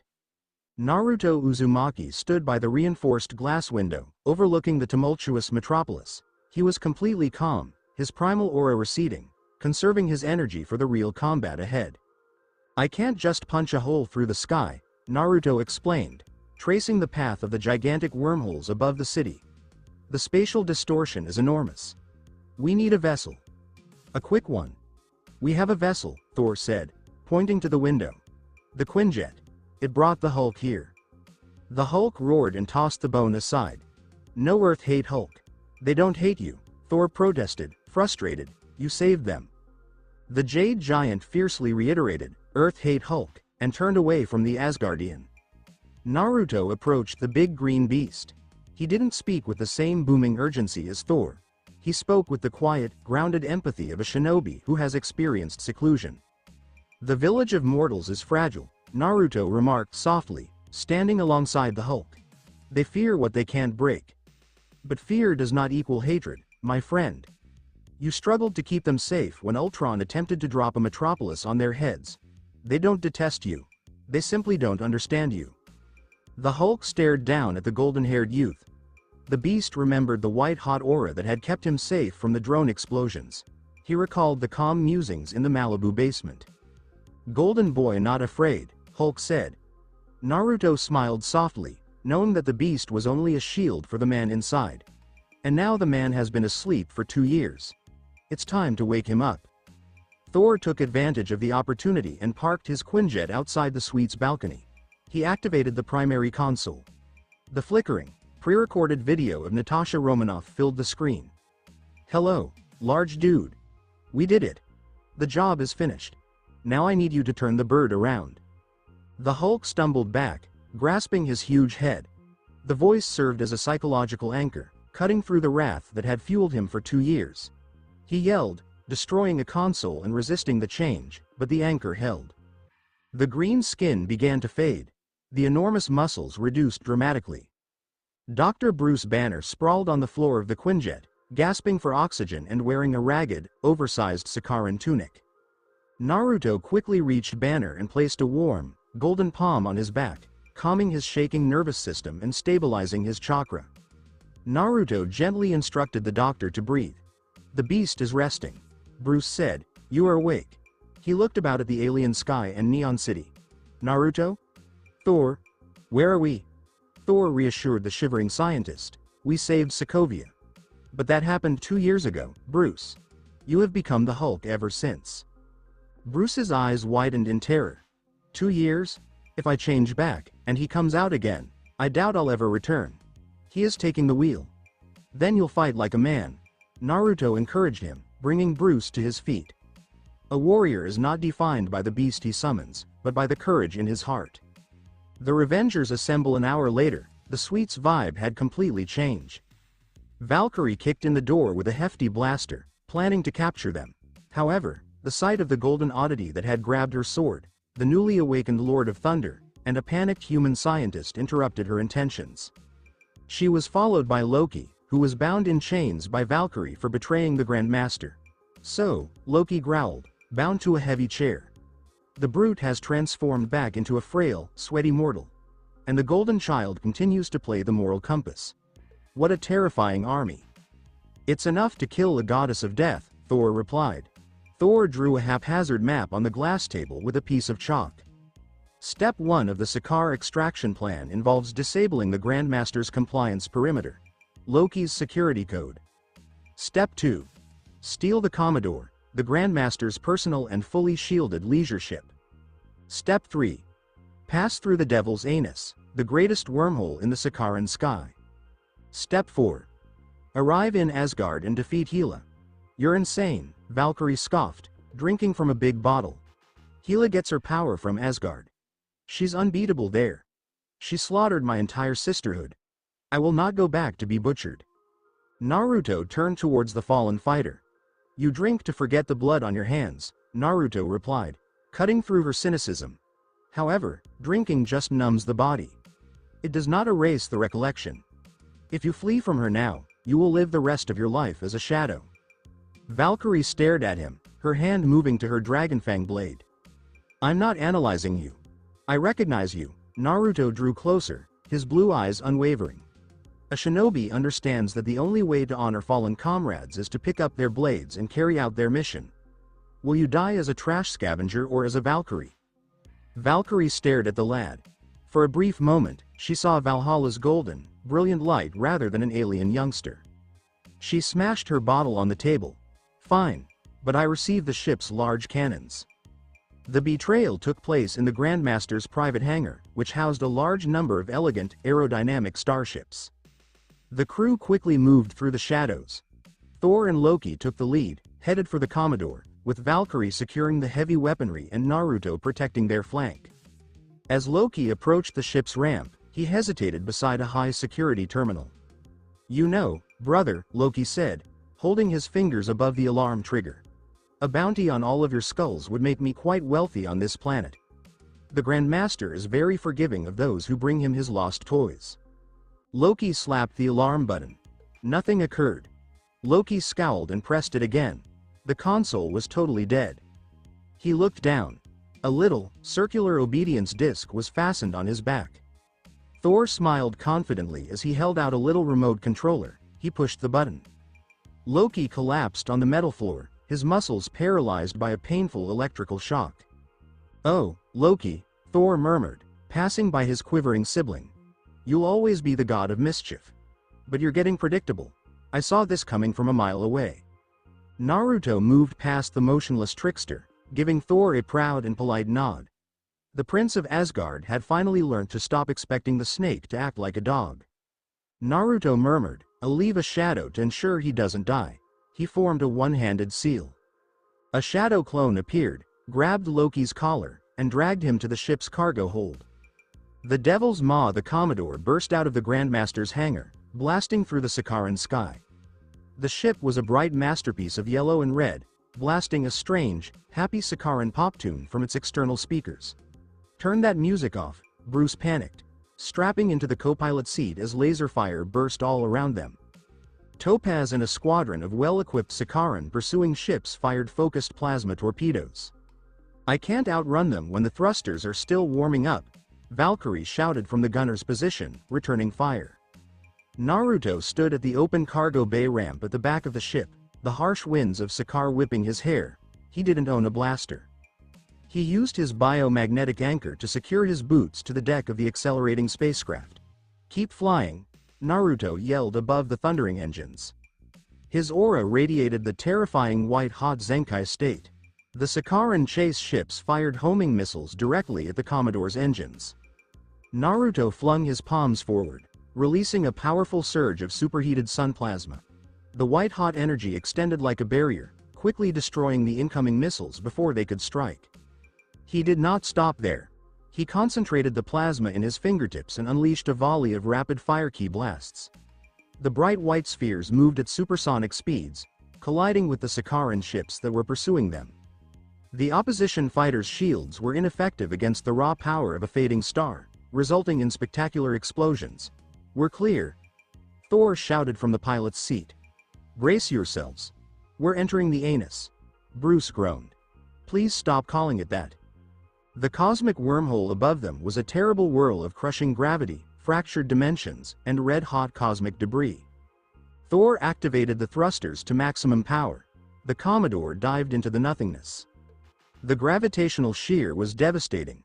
The ship groaned, its metal bulkheads shrieking as the G-forces threatened to rip it apart molecule by molecule. Bruce passed unconscious almost immediately. Valkyrie gritted her teeth and gripped the console to remain aware. In the cargo bay, Naruto lowered to one knee. He used his white-hot chakra to cover the ship's whole hull in his solar envelope. He functioned as a living, breathing structural integrity field, absorbing the crushing gravitational strain through his own cellular matrix. His muscles tore and mended in microseconds, braving the pain of cosmic transit to protect his compatriots. For 10 tortuous minutes, the universe was just blinding brightness, crushing gravity, and the thunder of bending space.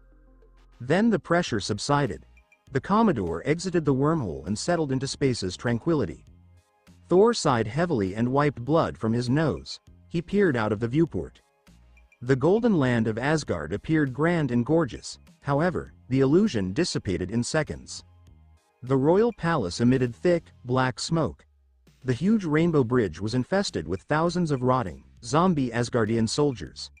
Hela, the goddess of death, stood at the head of the army, accompanied by her gigantic, monstrous wolf Fenris.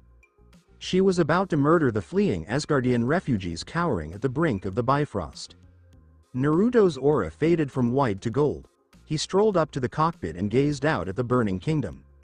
"She commands an army of the dead," Valkyrie whispered, her hands shaking as horror from her past mingled with her present. "Then we'll send them back to the dead," Naruto said, his voice cool, firm, and devoid of fear. Thor summoned lightning, causing sparks across his eyes. "For Asgard," he muttered. The Commodore plunged into the atmosphere, rushing towards the apocalyptic struggle for the throne of the gods. Thank you for taking the time to listen to this video. I'm thrilled you watched the video. If you enjoyed it, be sure to like and subscribe for even more exciting content coming your way soon.